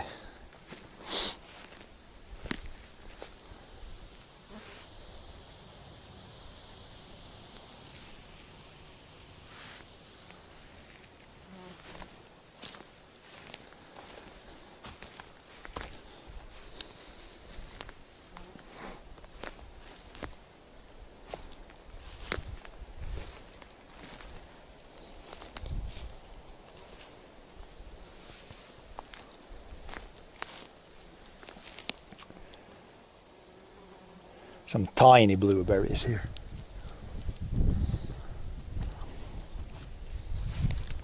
This could have been a good blueberry year. There seems to be like the number of blueberries is pretty good, but they're just so tiny when it's been so dry. Maybe next year. Maybe next year we get a wet year. It's been a few years since a wet year.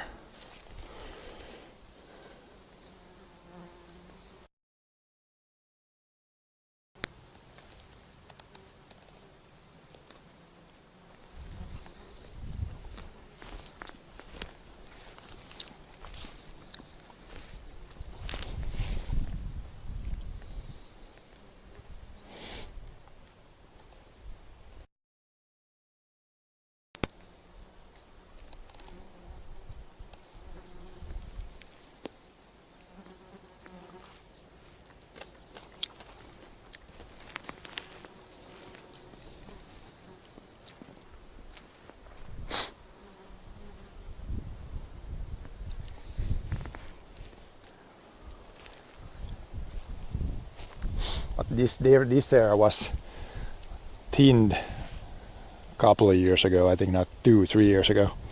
So some trees were removed. And usually a couple of years after that, that's when you get most blueberries.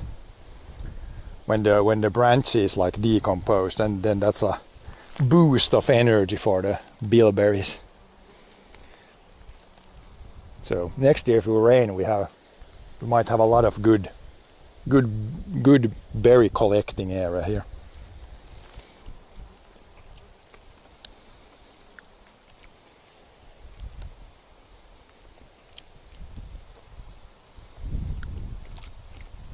Take out our pickers and collect 100 liters.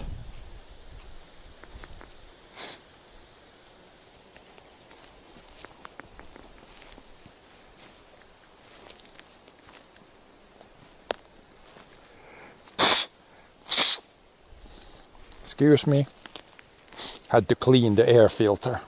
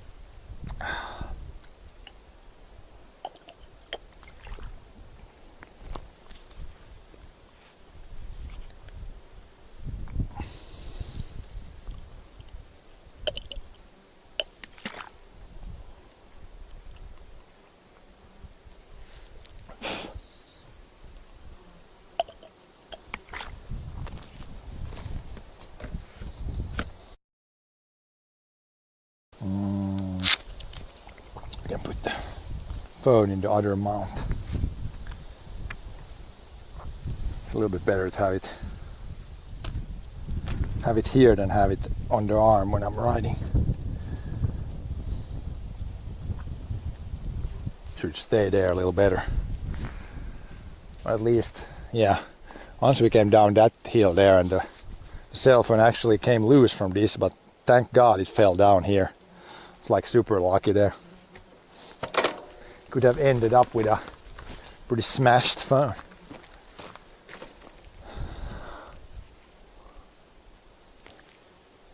But yeah, a little forest check.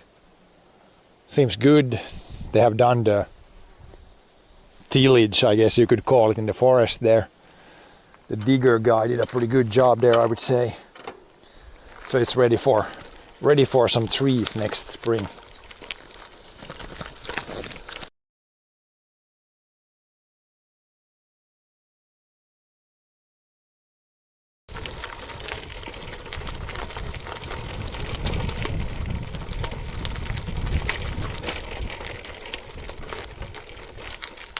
I'll go over here a little bit.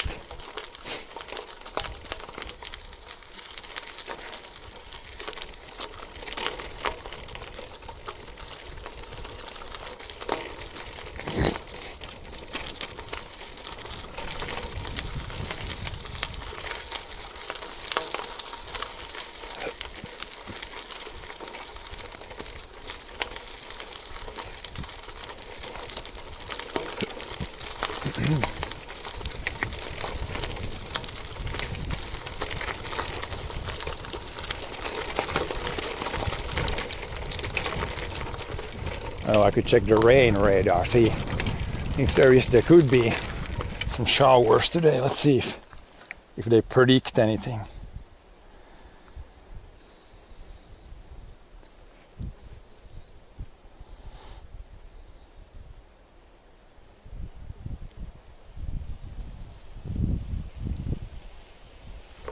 There's a car coming.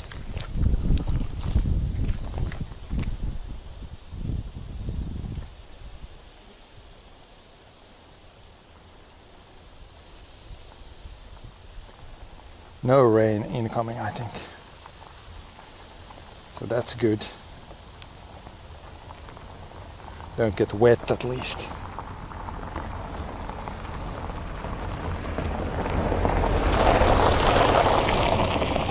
Somebody with a white car cruising around. Oh, we need to switch.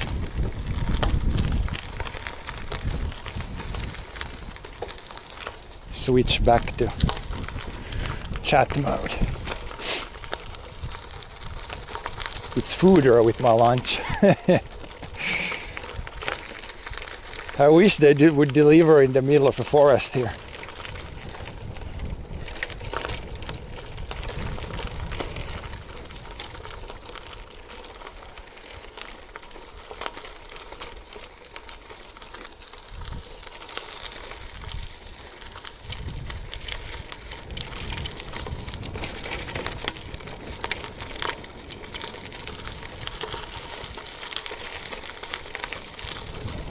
I think our fooder was the stuff we found in the forest there. That's the fooder around here.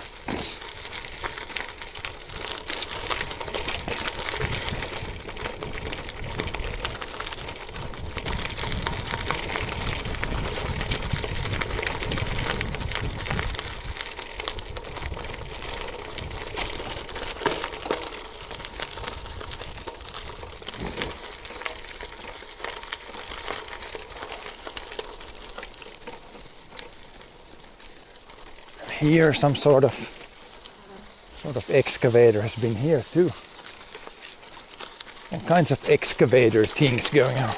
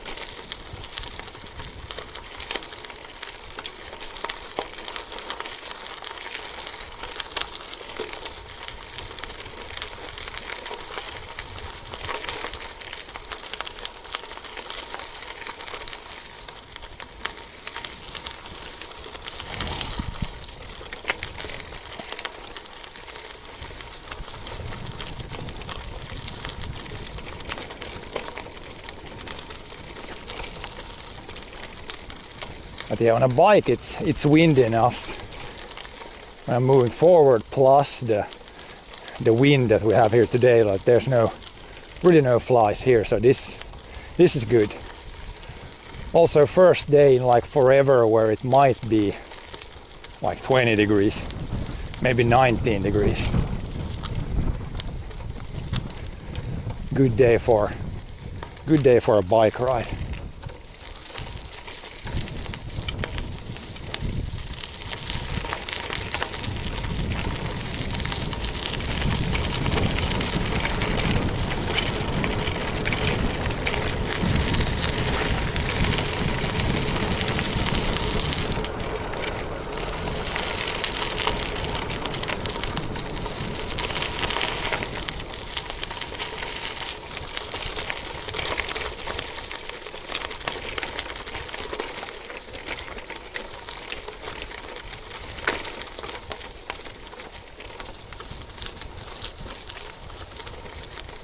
Yep, even cloudy, so I don't even get sunburn.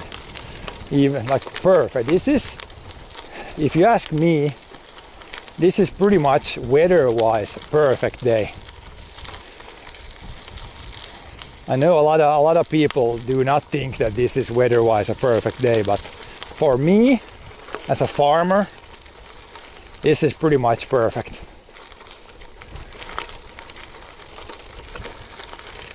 And then like 20 millimeters of rain once a week. That's perfect weather for me. Wish we would have gotten this rain a little bit earlier this year, then it would have been better. But maybe next year.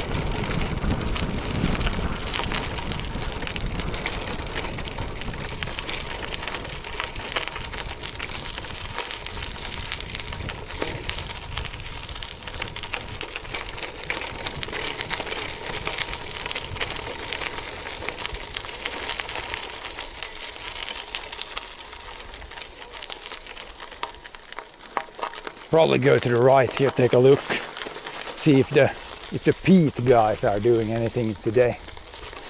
It rained yesterday, so they maybe are not doing that much. Actually, they might be mowing this side of the road. They mowed this side. Maybe they're mowing the roads.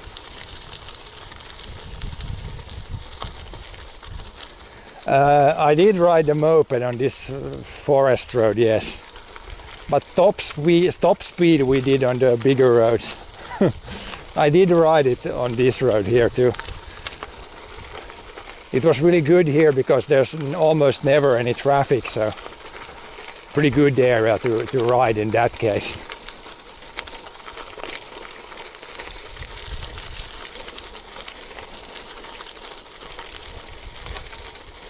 But yeah, even when we tuned up the mopeds a little bit so they went a little bit too fast, like legally too fast, I did ride on like public roads. thank God didn't get caught by the cops a single time. Still mostly pretty, like on the smaller gravel roads, there's not a lot of traffic cameras and cops around, so that was good. But yeah, peat area, so we're not gonna go in there. Not really allowed to go in there. But yeah, here's like one big area where they take peat up. You can see the big white areas there. They have stacked like a bunch of peat there and then put like a white plastic on top of it. They seem to still be taking up peat here, like I know, or like in Finland there's like a big thing going on where they want to stop this, like do not use peat ever, never, ever. So, but I guess they still have the permit here to take up peat. I don't have a big issue with it, but yeah, the politicians have a big issue, it seems.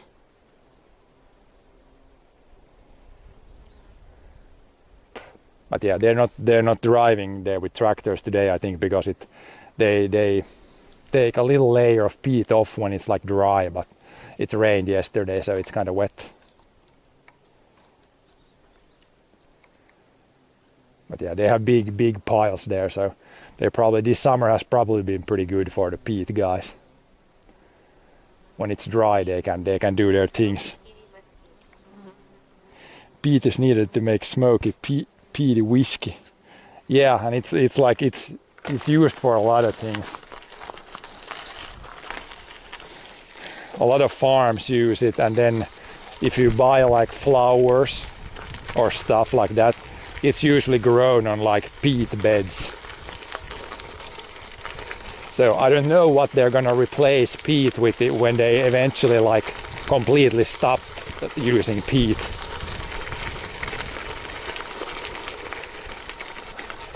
Will be interesting to see what the alternative is.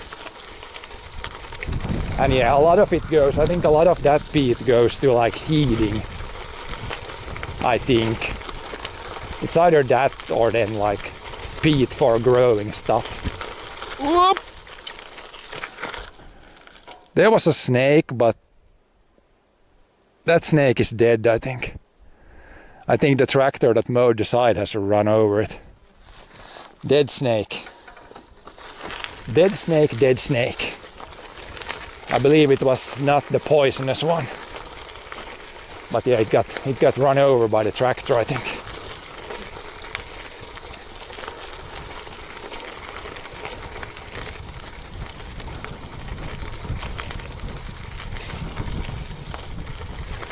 Yeah, sometimes you can see snakes on the road here.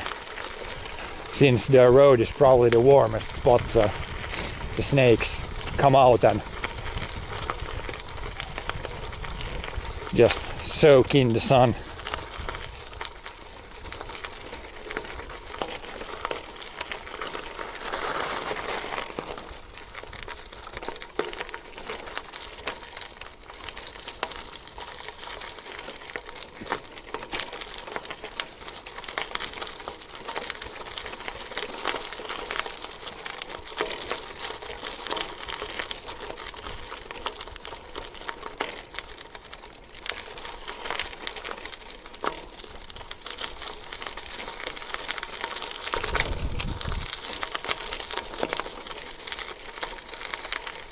I think they built a new moose hunting tower here. I don't think this one was here before.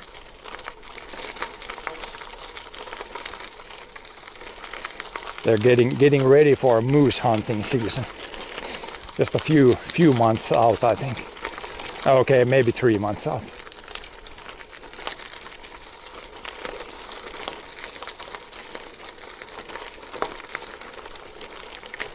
It's a high-end version. They even have a seat up there.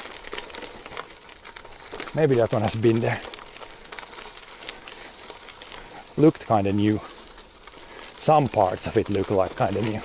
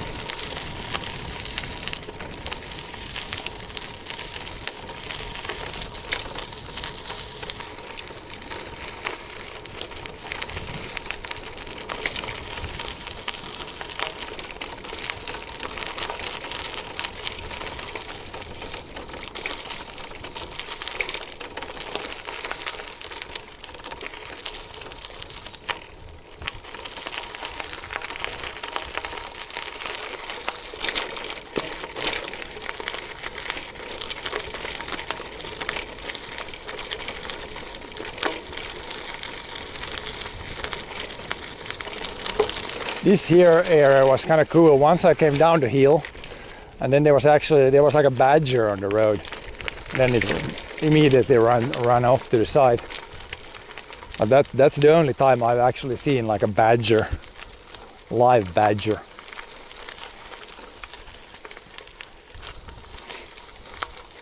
They shouldn't be too uncommon, but really don't see them around too much.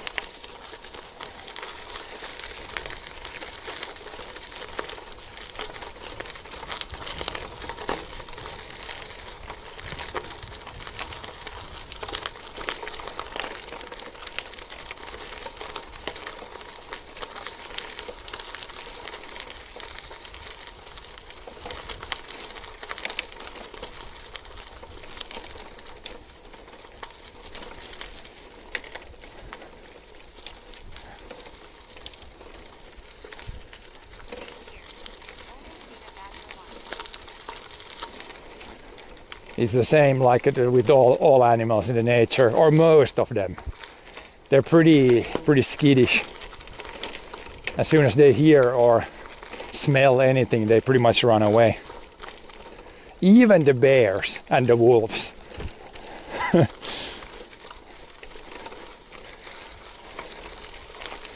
Even those guys' first instinct is to go away, I think.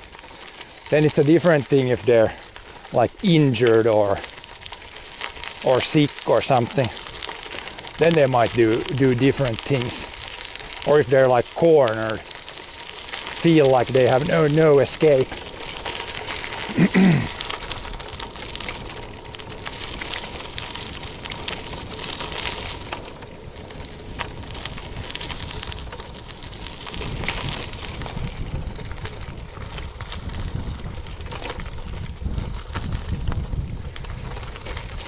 But there's a few exceptions, like the pheasant.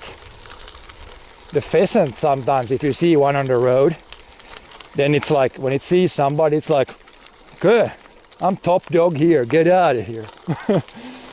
Even if you come with a car, like the pheasants are sometimes like just standing in the middle of the road and not like moving a muscle to go to the side. So those guys are they have a little bit of a different strategy. And squirrels sometimes too. Squirrels can be pretty like aggressive even. Or when you come close to them, they just start squeaking and having all kinds of sounds.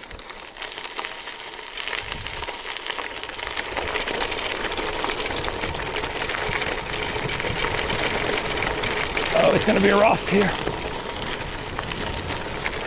Or the excavator went here. Rough.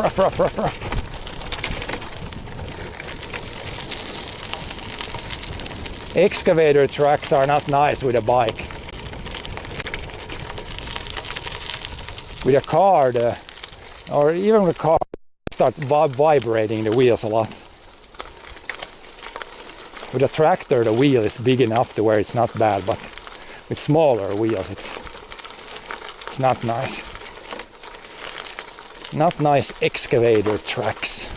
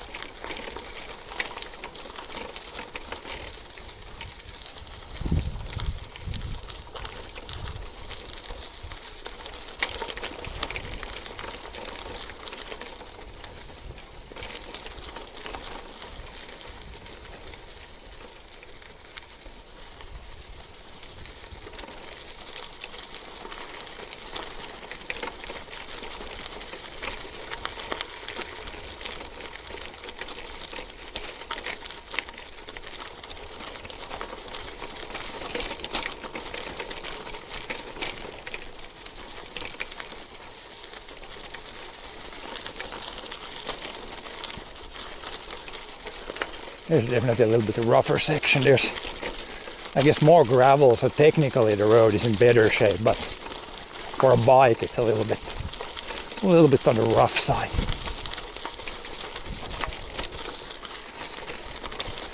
For trucks and tractors it's of course good. Plenty of stuff to keep the water kind of away from the road.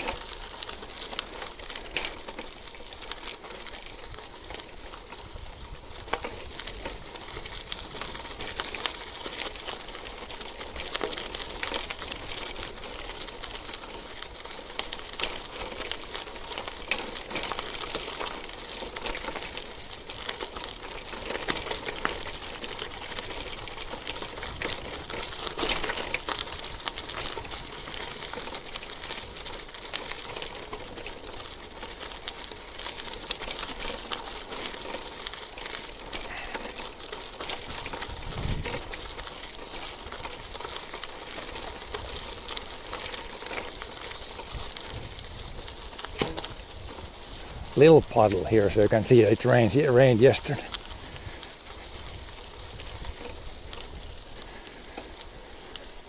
But it's been so dry. All the dirt just sucked the moisture right up.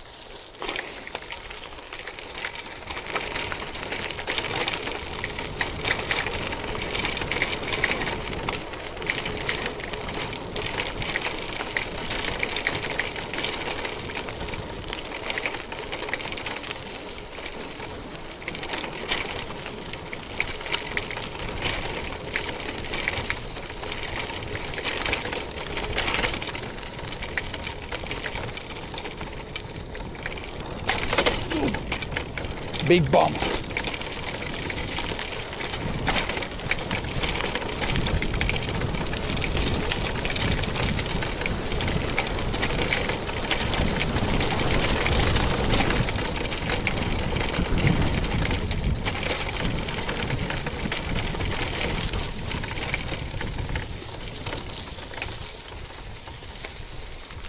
Big bump.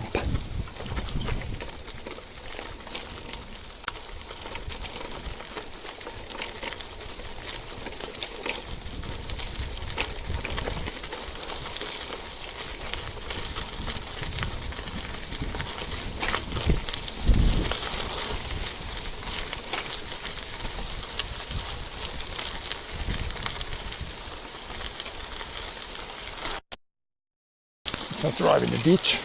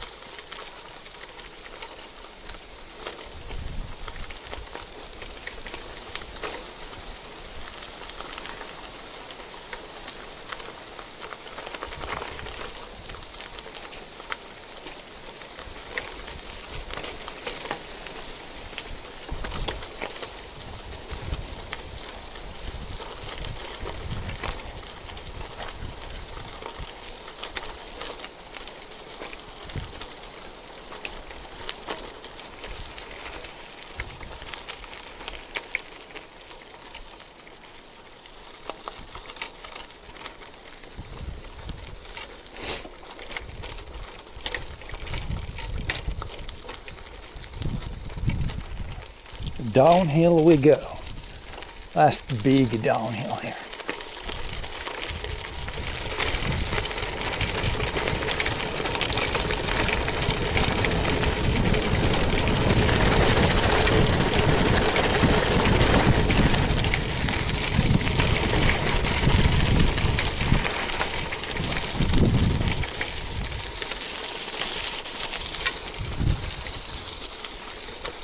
Put some gravel on here a little bit ago, so this is like a little loose. Coming down the hill there, you kind of need to try to keep it straight. Start turning too much and it could end up kind of bad.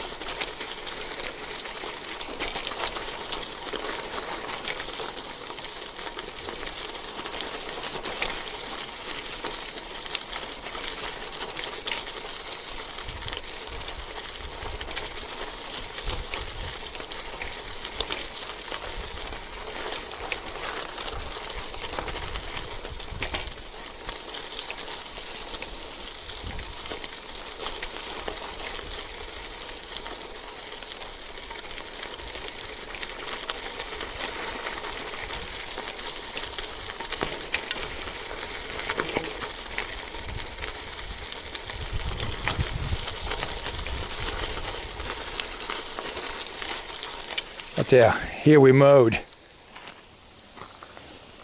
this field. When was it now?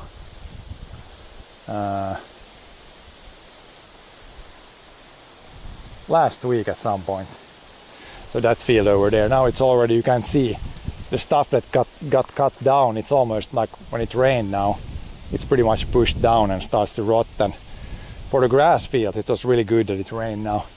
There it's gonna definitely, the 10 meals plus the 30 meals we got the week before that, it's definitely gonna, this grass is still gonna grow pretty well this fall. Looks really good. The optimal situation there when you cut the grass like that green manure is you cut it and then it pretty much rains right after. That's a good way. Then you can get the weeds cut down, and then when it rains, when it rains, then the clover and the good stuff grows up fast and doesn't give any room for the weeds. Yeah, it's really, the grass fields are greening up quite a bit. And for the crops, I don't know, maybe for the wheat, this rain might still help a little. The oats is pretty much, it's getting ready now, so getting ready and ripe, so I don't know if the rain is going to help a lot there, but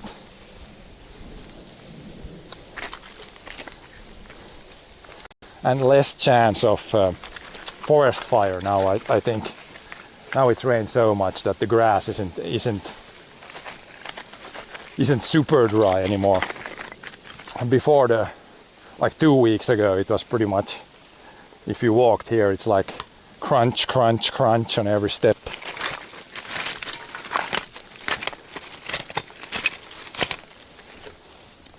And a fire could have started like really easy.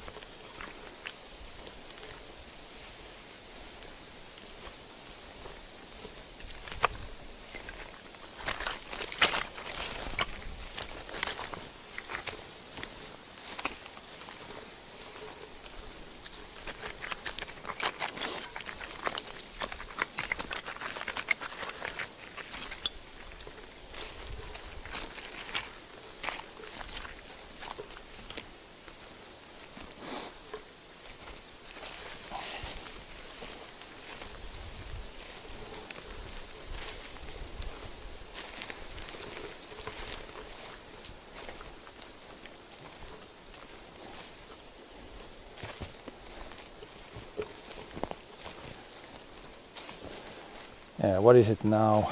Almost August. in 4 months we might be skiing here already.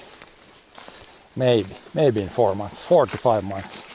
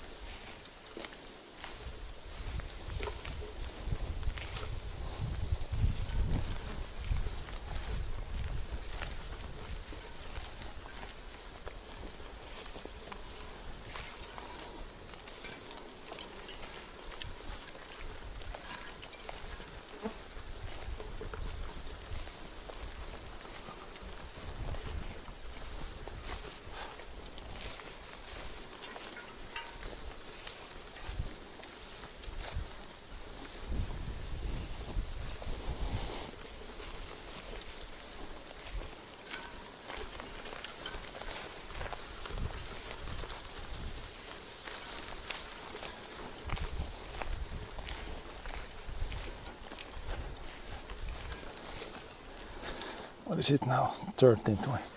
We could throw a few hoops still. Just put the bike away. Throw a few free throws.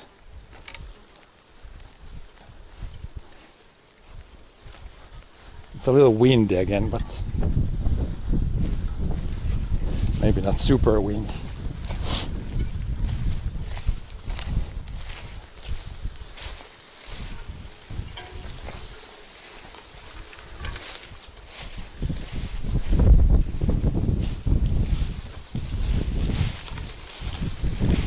No rain during the night. It came.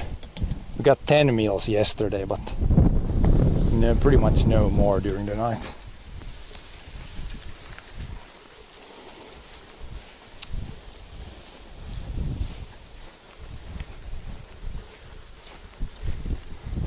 The weather seems good. Not hot. Yep, I already said when somebody other asked, or yeah, this weather right now, cloudy and 20 degrees, or maybe even under 20 degrees, perfect weather. If it would just be like this the whole summer, would be just perfect.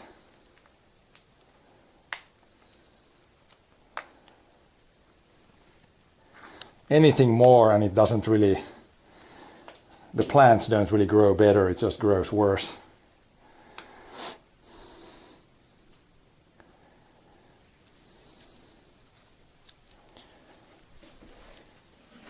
One of the rare days where it might be, it's probably like 20 degrees, but it might almost stay under 20 degrees the whole day.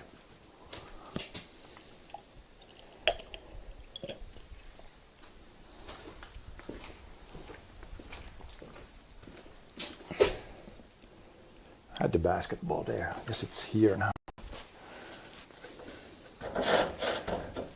We seem to have good pressure in the ball.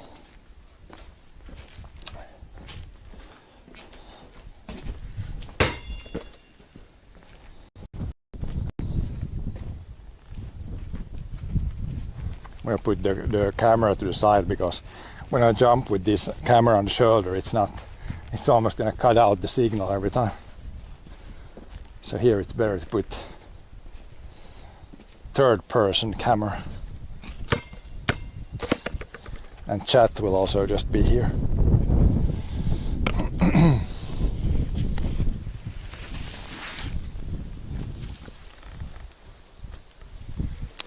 This is pretty much the best I can do with the backpack setup I have now. I think upgrade to the, if I could get the wireless HDMI, then we could put the camera in like in a better place, or just move the camera around easier. Now it still needs to be attached to the backpack. Oh,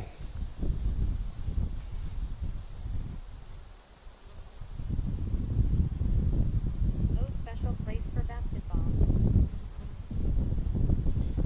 Yeah, we have this little area. This was used for farming previously, but now it's a basketball court slash wood drying area in the spring also. But the firewood is already, it was drying here and now it's under a roof, so now it's a basketball court, pretty much. See if we can get a few hoops. A few free throws.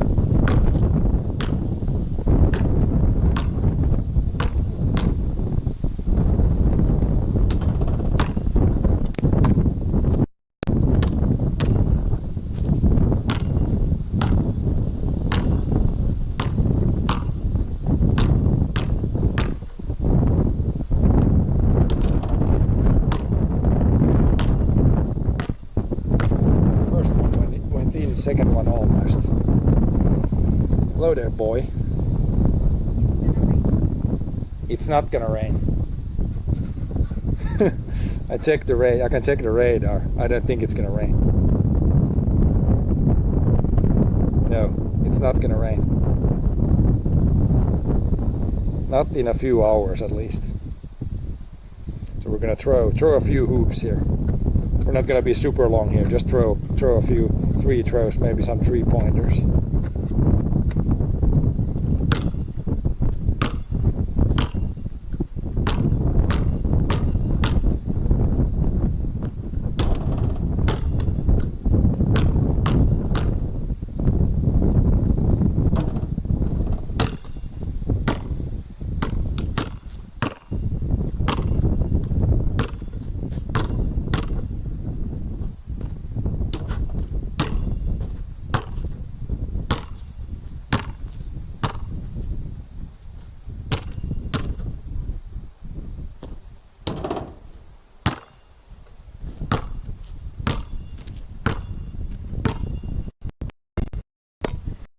These are the non-rain clouds that you see.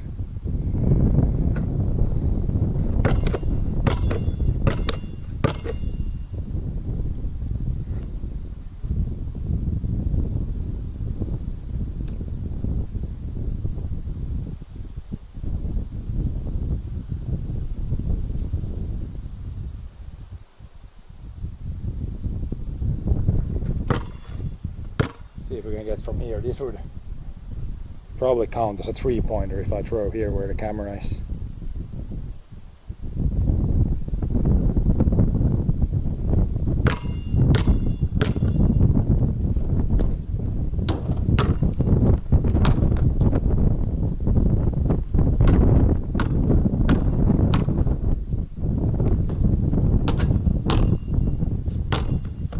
There was a 3-pointer. There goes the ball.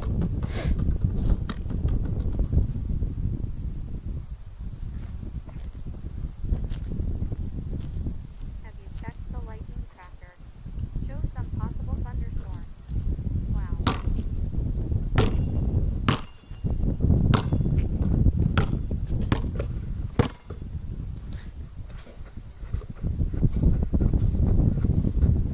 Have I checked the lightning tracker?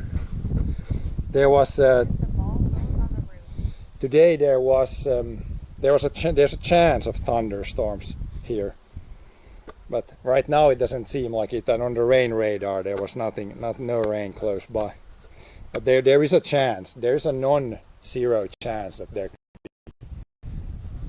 could be thunder, could be rain. What if the ball goes on the roof?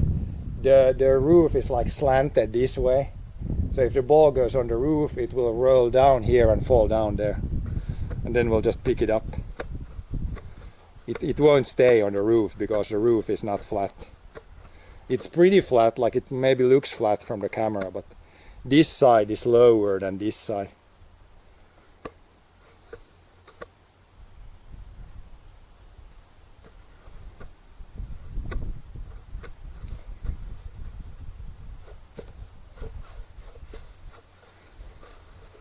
It's a pretty flat roof, but it's a roof where you can climb up and walk on the roof. It's not that steep, but steep enough to where I think the ball would just roll down. Good. the worst thing is like behind the camera there's like a ditch, some water in there, so if the ball goes there, that's worse. If it goes over this wall and then there's a few meters and then a ditch. If it goes there, it might get wet and kind of muddy, then we need to go and clean it. But otherwise we're pretty safe here. Ball can't really go in a bad place. The only place is the ditch if it goes off to the right here. The wind is picking up. Hopefully not too much. Otherwise it gets trickier to throw the ball.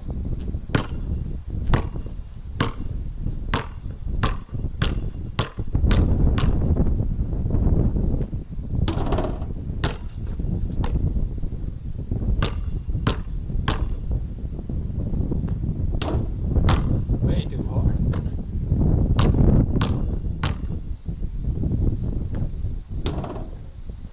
That was the wind that pushed it to the side. The throw was pretty good. And blame, at least a little bit blame on the wind.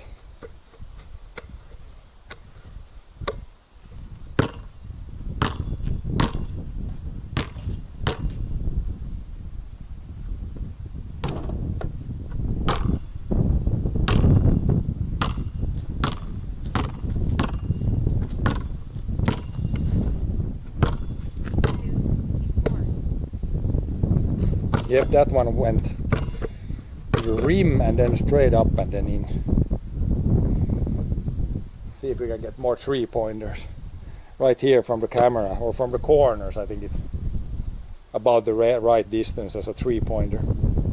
That basket is probably not like the it's a little higher up, I think, but shouldn't make a big difference. At least when you're shooting.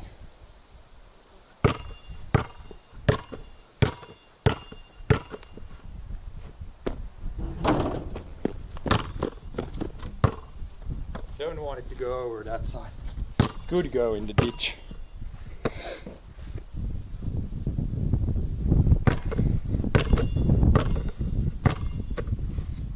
The other side it's pretty much grass, but here it's a little bit grass. I guess the grass is pretty tall here, so it might not roll. Might not go the whole way.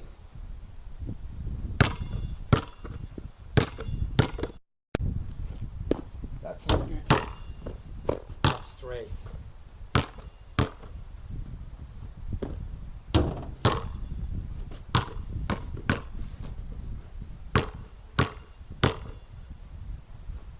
That's good.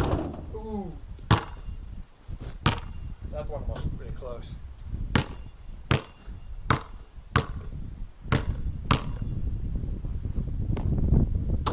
Short, a little bit to the side.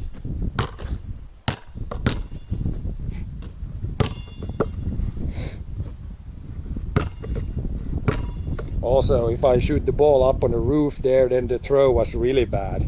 Like it would be way too much power in it. Would you have to go like 1.5 meters too high? That would be a really terrible shot.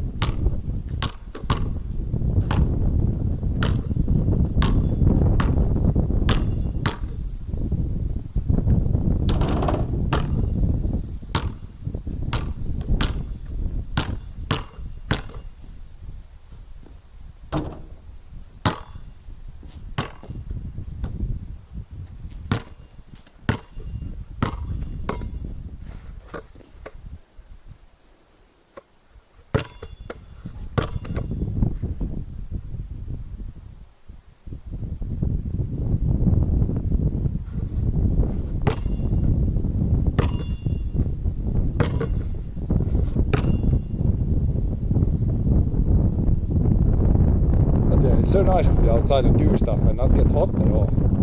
It's a very rare day today. You can be outside, do physical things and not get sweaty. And I even, when I went to the forest, I even have the long pants on.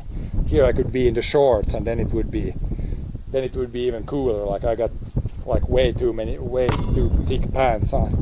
I just have these on, but because when we went to the forest, it's kind of nice to have long pants when you walk in the grass. Yeah, sometimes we get, I think my brother is doing something. I hear some sounds, he's doing some other things. But yeah, my brother is here sometimes too. But we usually just throw some hoops for fun. Don't really play even, you could play like 1 versus 1, but I just like throwing some hoops.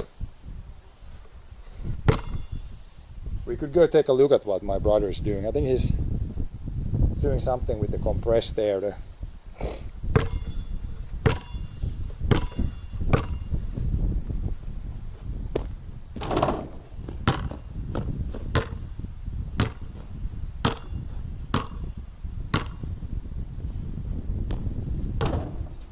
That throw felt really good.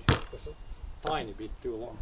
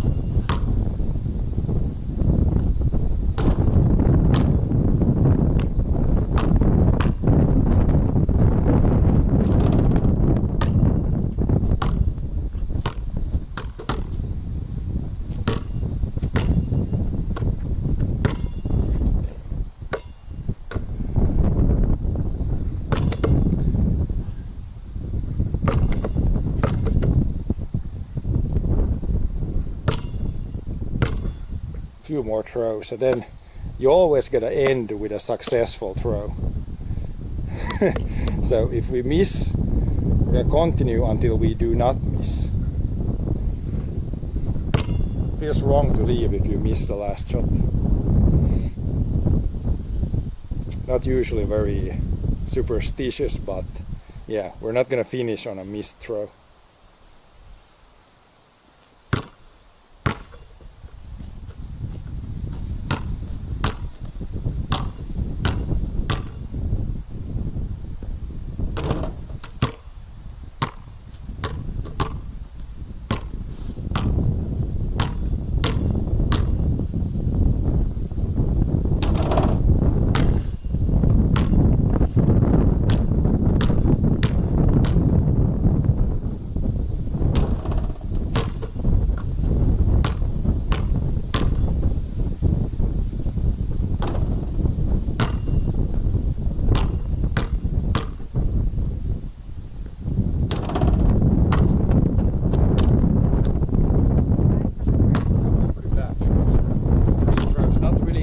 Sinking them like 95%,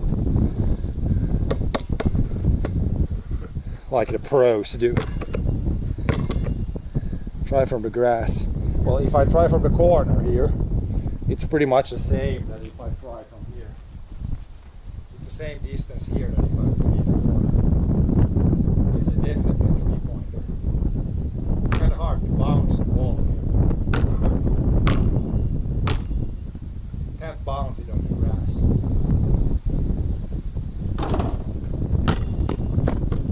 Almost. It's easier to throw from the corner here when you can bounce and get the good feeling. Dunk it. I don't think I'm long enough.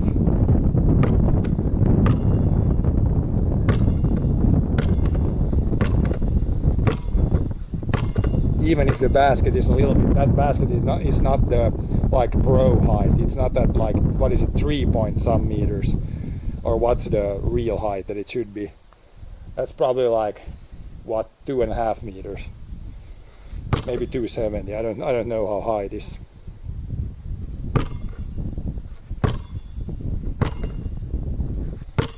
My brother probably could dunk it. He's longer.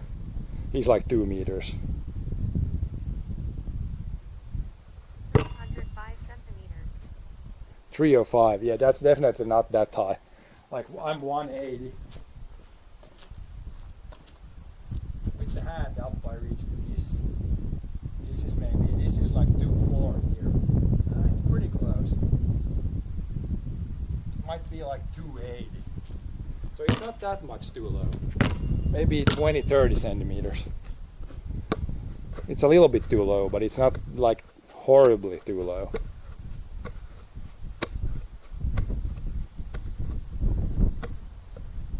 But I don't think I can jump up there. I don't think I could try. Try just jumping. Almost. Also, this floor is like concrete, so the when you jump up, it doesn't like on the real one, on the real floor when they run and jump, it's like gonna flex a little bit. That's better. This is like solid concrete. Nah, it's fine. But if I would jump like that for a long time, then it could definitely hurt the knees or something a little bit, because it is concrete floor, so it's a little bit hard on the joints. A real floor is like a little bit more, like it gives a little bit. But it was kind of close there. I can maybe get like almost. It's not a dunk. It's gonna be like just a little throw.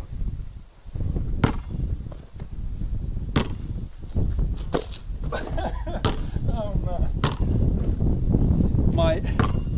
My jumping skills are not what they used to be. It felt there like it might go, but then when I jumped up, it doesn't. I don't go up in the air. Yeah, well, a little bit. It's a little bit the shoes, but mostly my jumping ability. It used to be better, I think.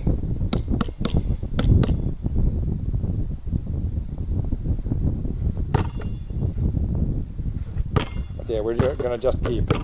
The throws are better.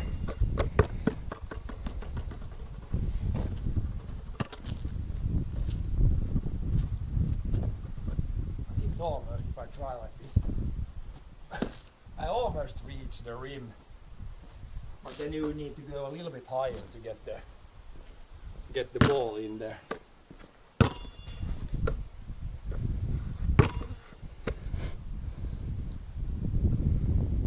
The chicken legs don't have enough power.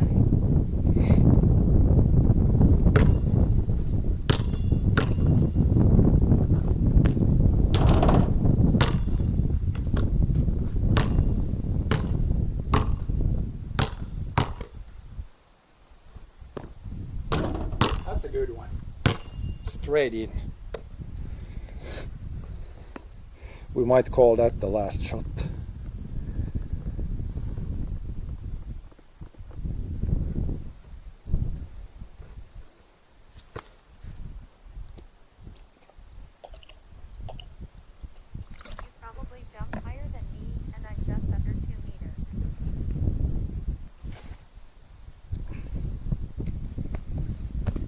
Yeah, I don't know. You can try, like you can have that board when you can jump, and then you can see how high you jump. I don't think I jumped that high. Like the ski jumpers and dudes that really train on the jumping part, I think they can jump like 50 centimeters up. Like center of gravity goes 50 centimeters up. I probably can jump like 30 centimeters maybe.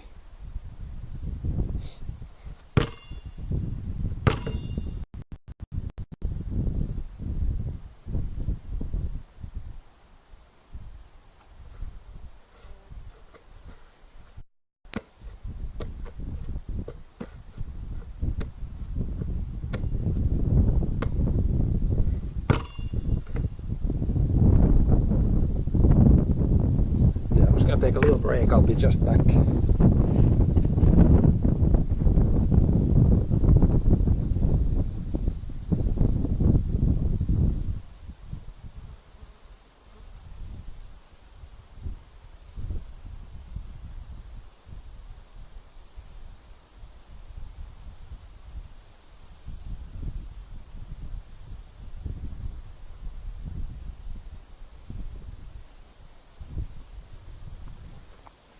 Have you guys been watching the Olympics a lot? I haven't watched that much yet. I think the more interesting stuff is like usually the track and field is what I usually watch. But I watched a little bit of basketball yesterday, and then some random like horse racing or whatever it's called. That's really one sport. I can't really get into it, when they ride the horses. Not really. Even watching it is just not that exciting.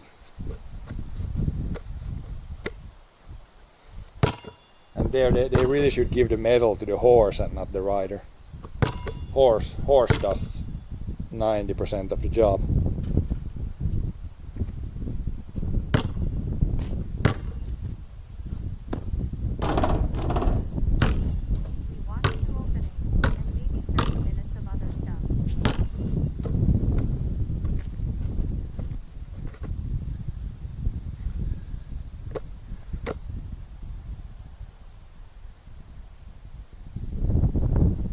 Opening ceremony. Yeah, I watched the opening ceremony.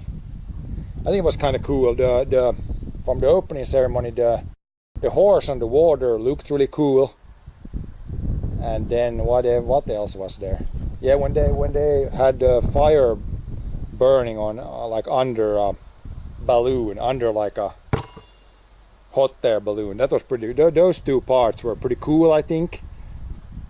And then I know a lot of people got upset with all the religious stuff, and but I'm not super religious, so it didn't really bother me. I just thought the horse riding on the water looked really cool. It reminded me of an Elden Ring boss or something. Looked really cool. Did Finland win any medals? Not yet. I think we have the very high goal of getting 1 or 2 medals. We don't have a lot of chances, I think. Especially since in the track and field, people that could take a medal, but they both have been kind of injured now before. So I have pretty low hopes. If we get a medal, it might be like sailing or I don't know. I don't follow all the things, so I don't know where we have the best chance. But hopefully we can get 1 or 2. Would be good.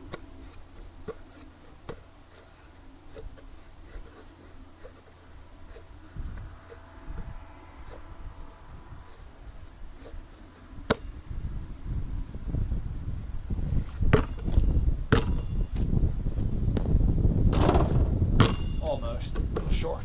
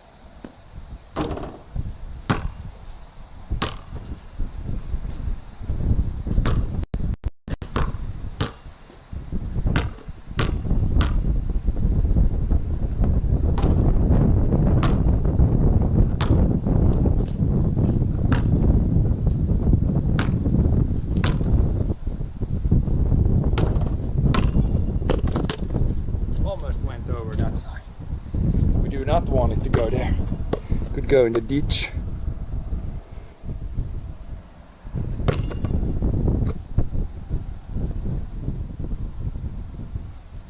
But yeah, neighbor, I think they started to harvest something. I think they're combining grass for the grass seed. I think. And another neighbor, they harvested, I think, like fall or winter canola. So some small harvesting has already started. But it's gonna, for us, it's gonna be still 3 to 4 weeks, I would say. End of August. We might start with the oats.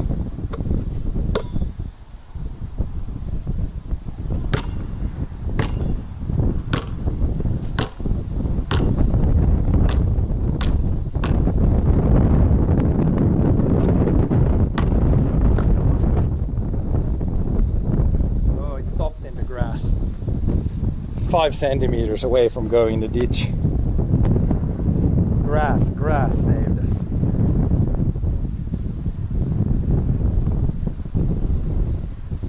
Grass literally saved us at the last moment.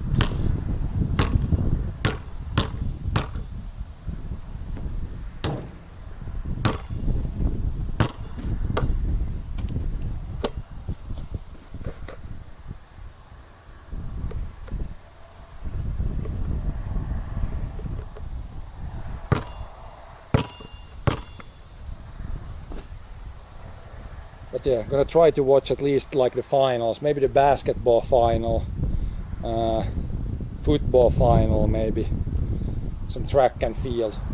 I'm not gonna watch that much, like some Olympic games. Maybe if there's some discipline where Finn has like a chance for a good position, then I might watch that too. But yeah, track and field probably is the one I'm gonna watch most.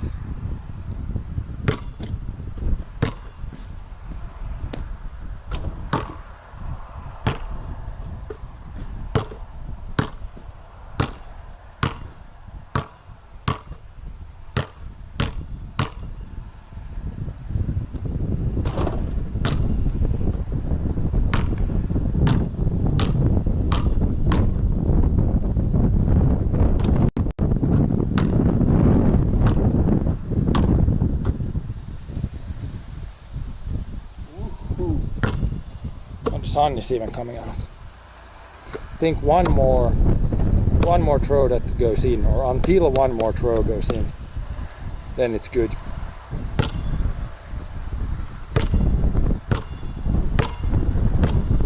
Might try a further away one than that. Wind is coming in.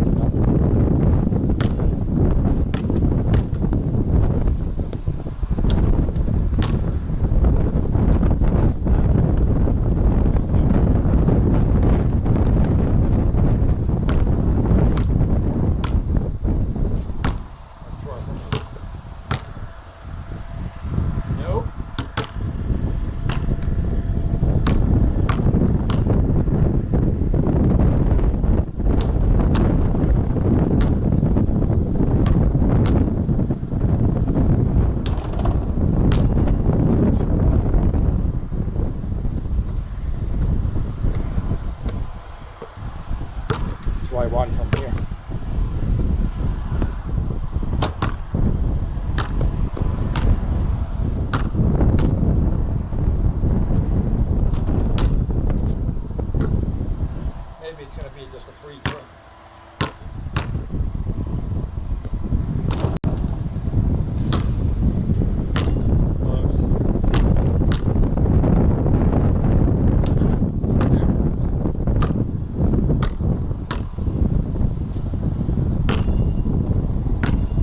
throw is probably the easiest throw.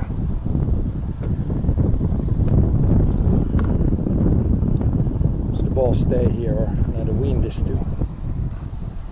too strong.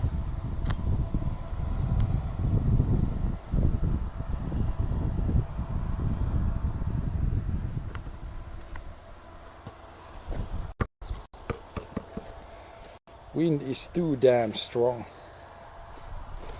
But yeah, I think that's gonna be it for today probably. Excuse. We are going to, later this week we need to do a few, like repair a few things or fix a few things. So probably that's gonna be coming up. This will be weather-wise pretty good. Like it's not gonna be super hot, so might actually do some stuff this week. Some farming stuff, and then some other stuff coming up. Gonna explore a few places at some point too. But yeah, thanks for watching, and join us next time when we stream. If you follow, you have the notifications on and you know when we stream the next time. See ya.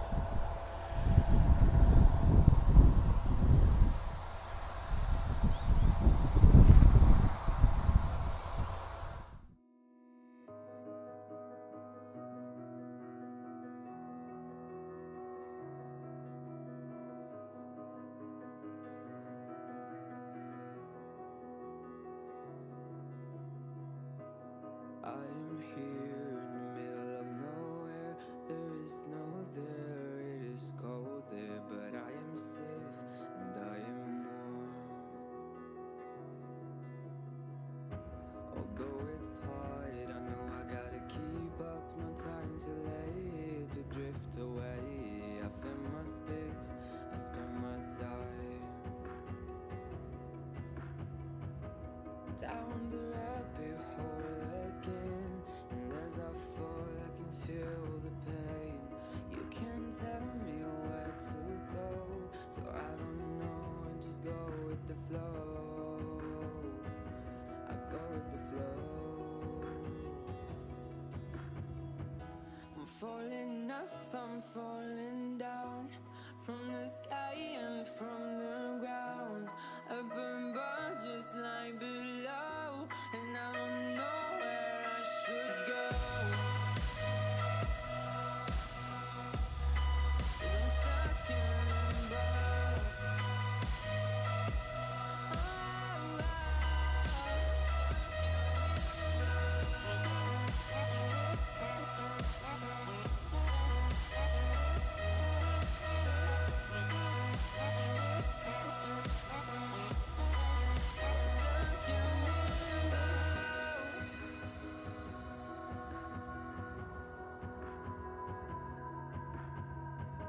I'm out of love, but I guess I deserved it. Trying to hide, to pass you by. I'm getting down, feeling fine.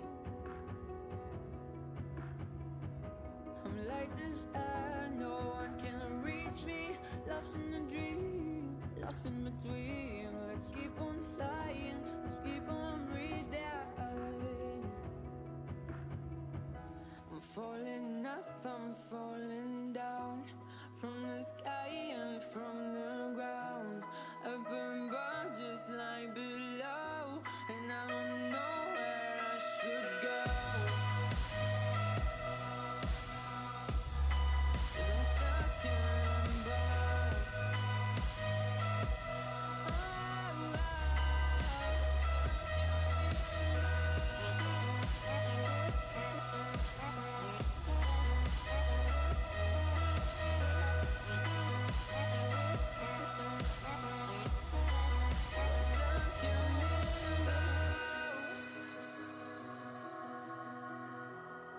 Cause I'm stuck in limbo.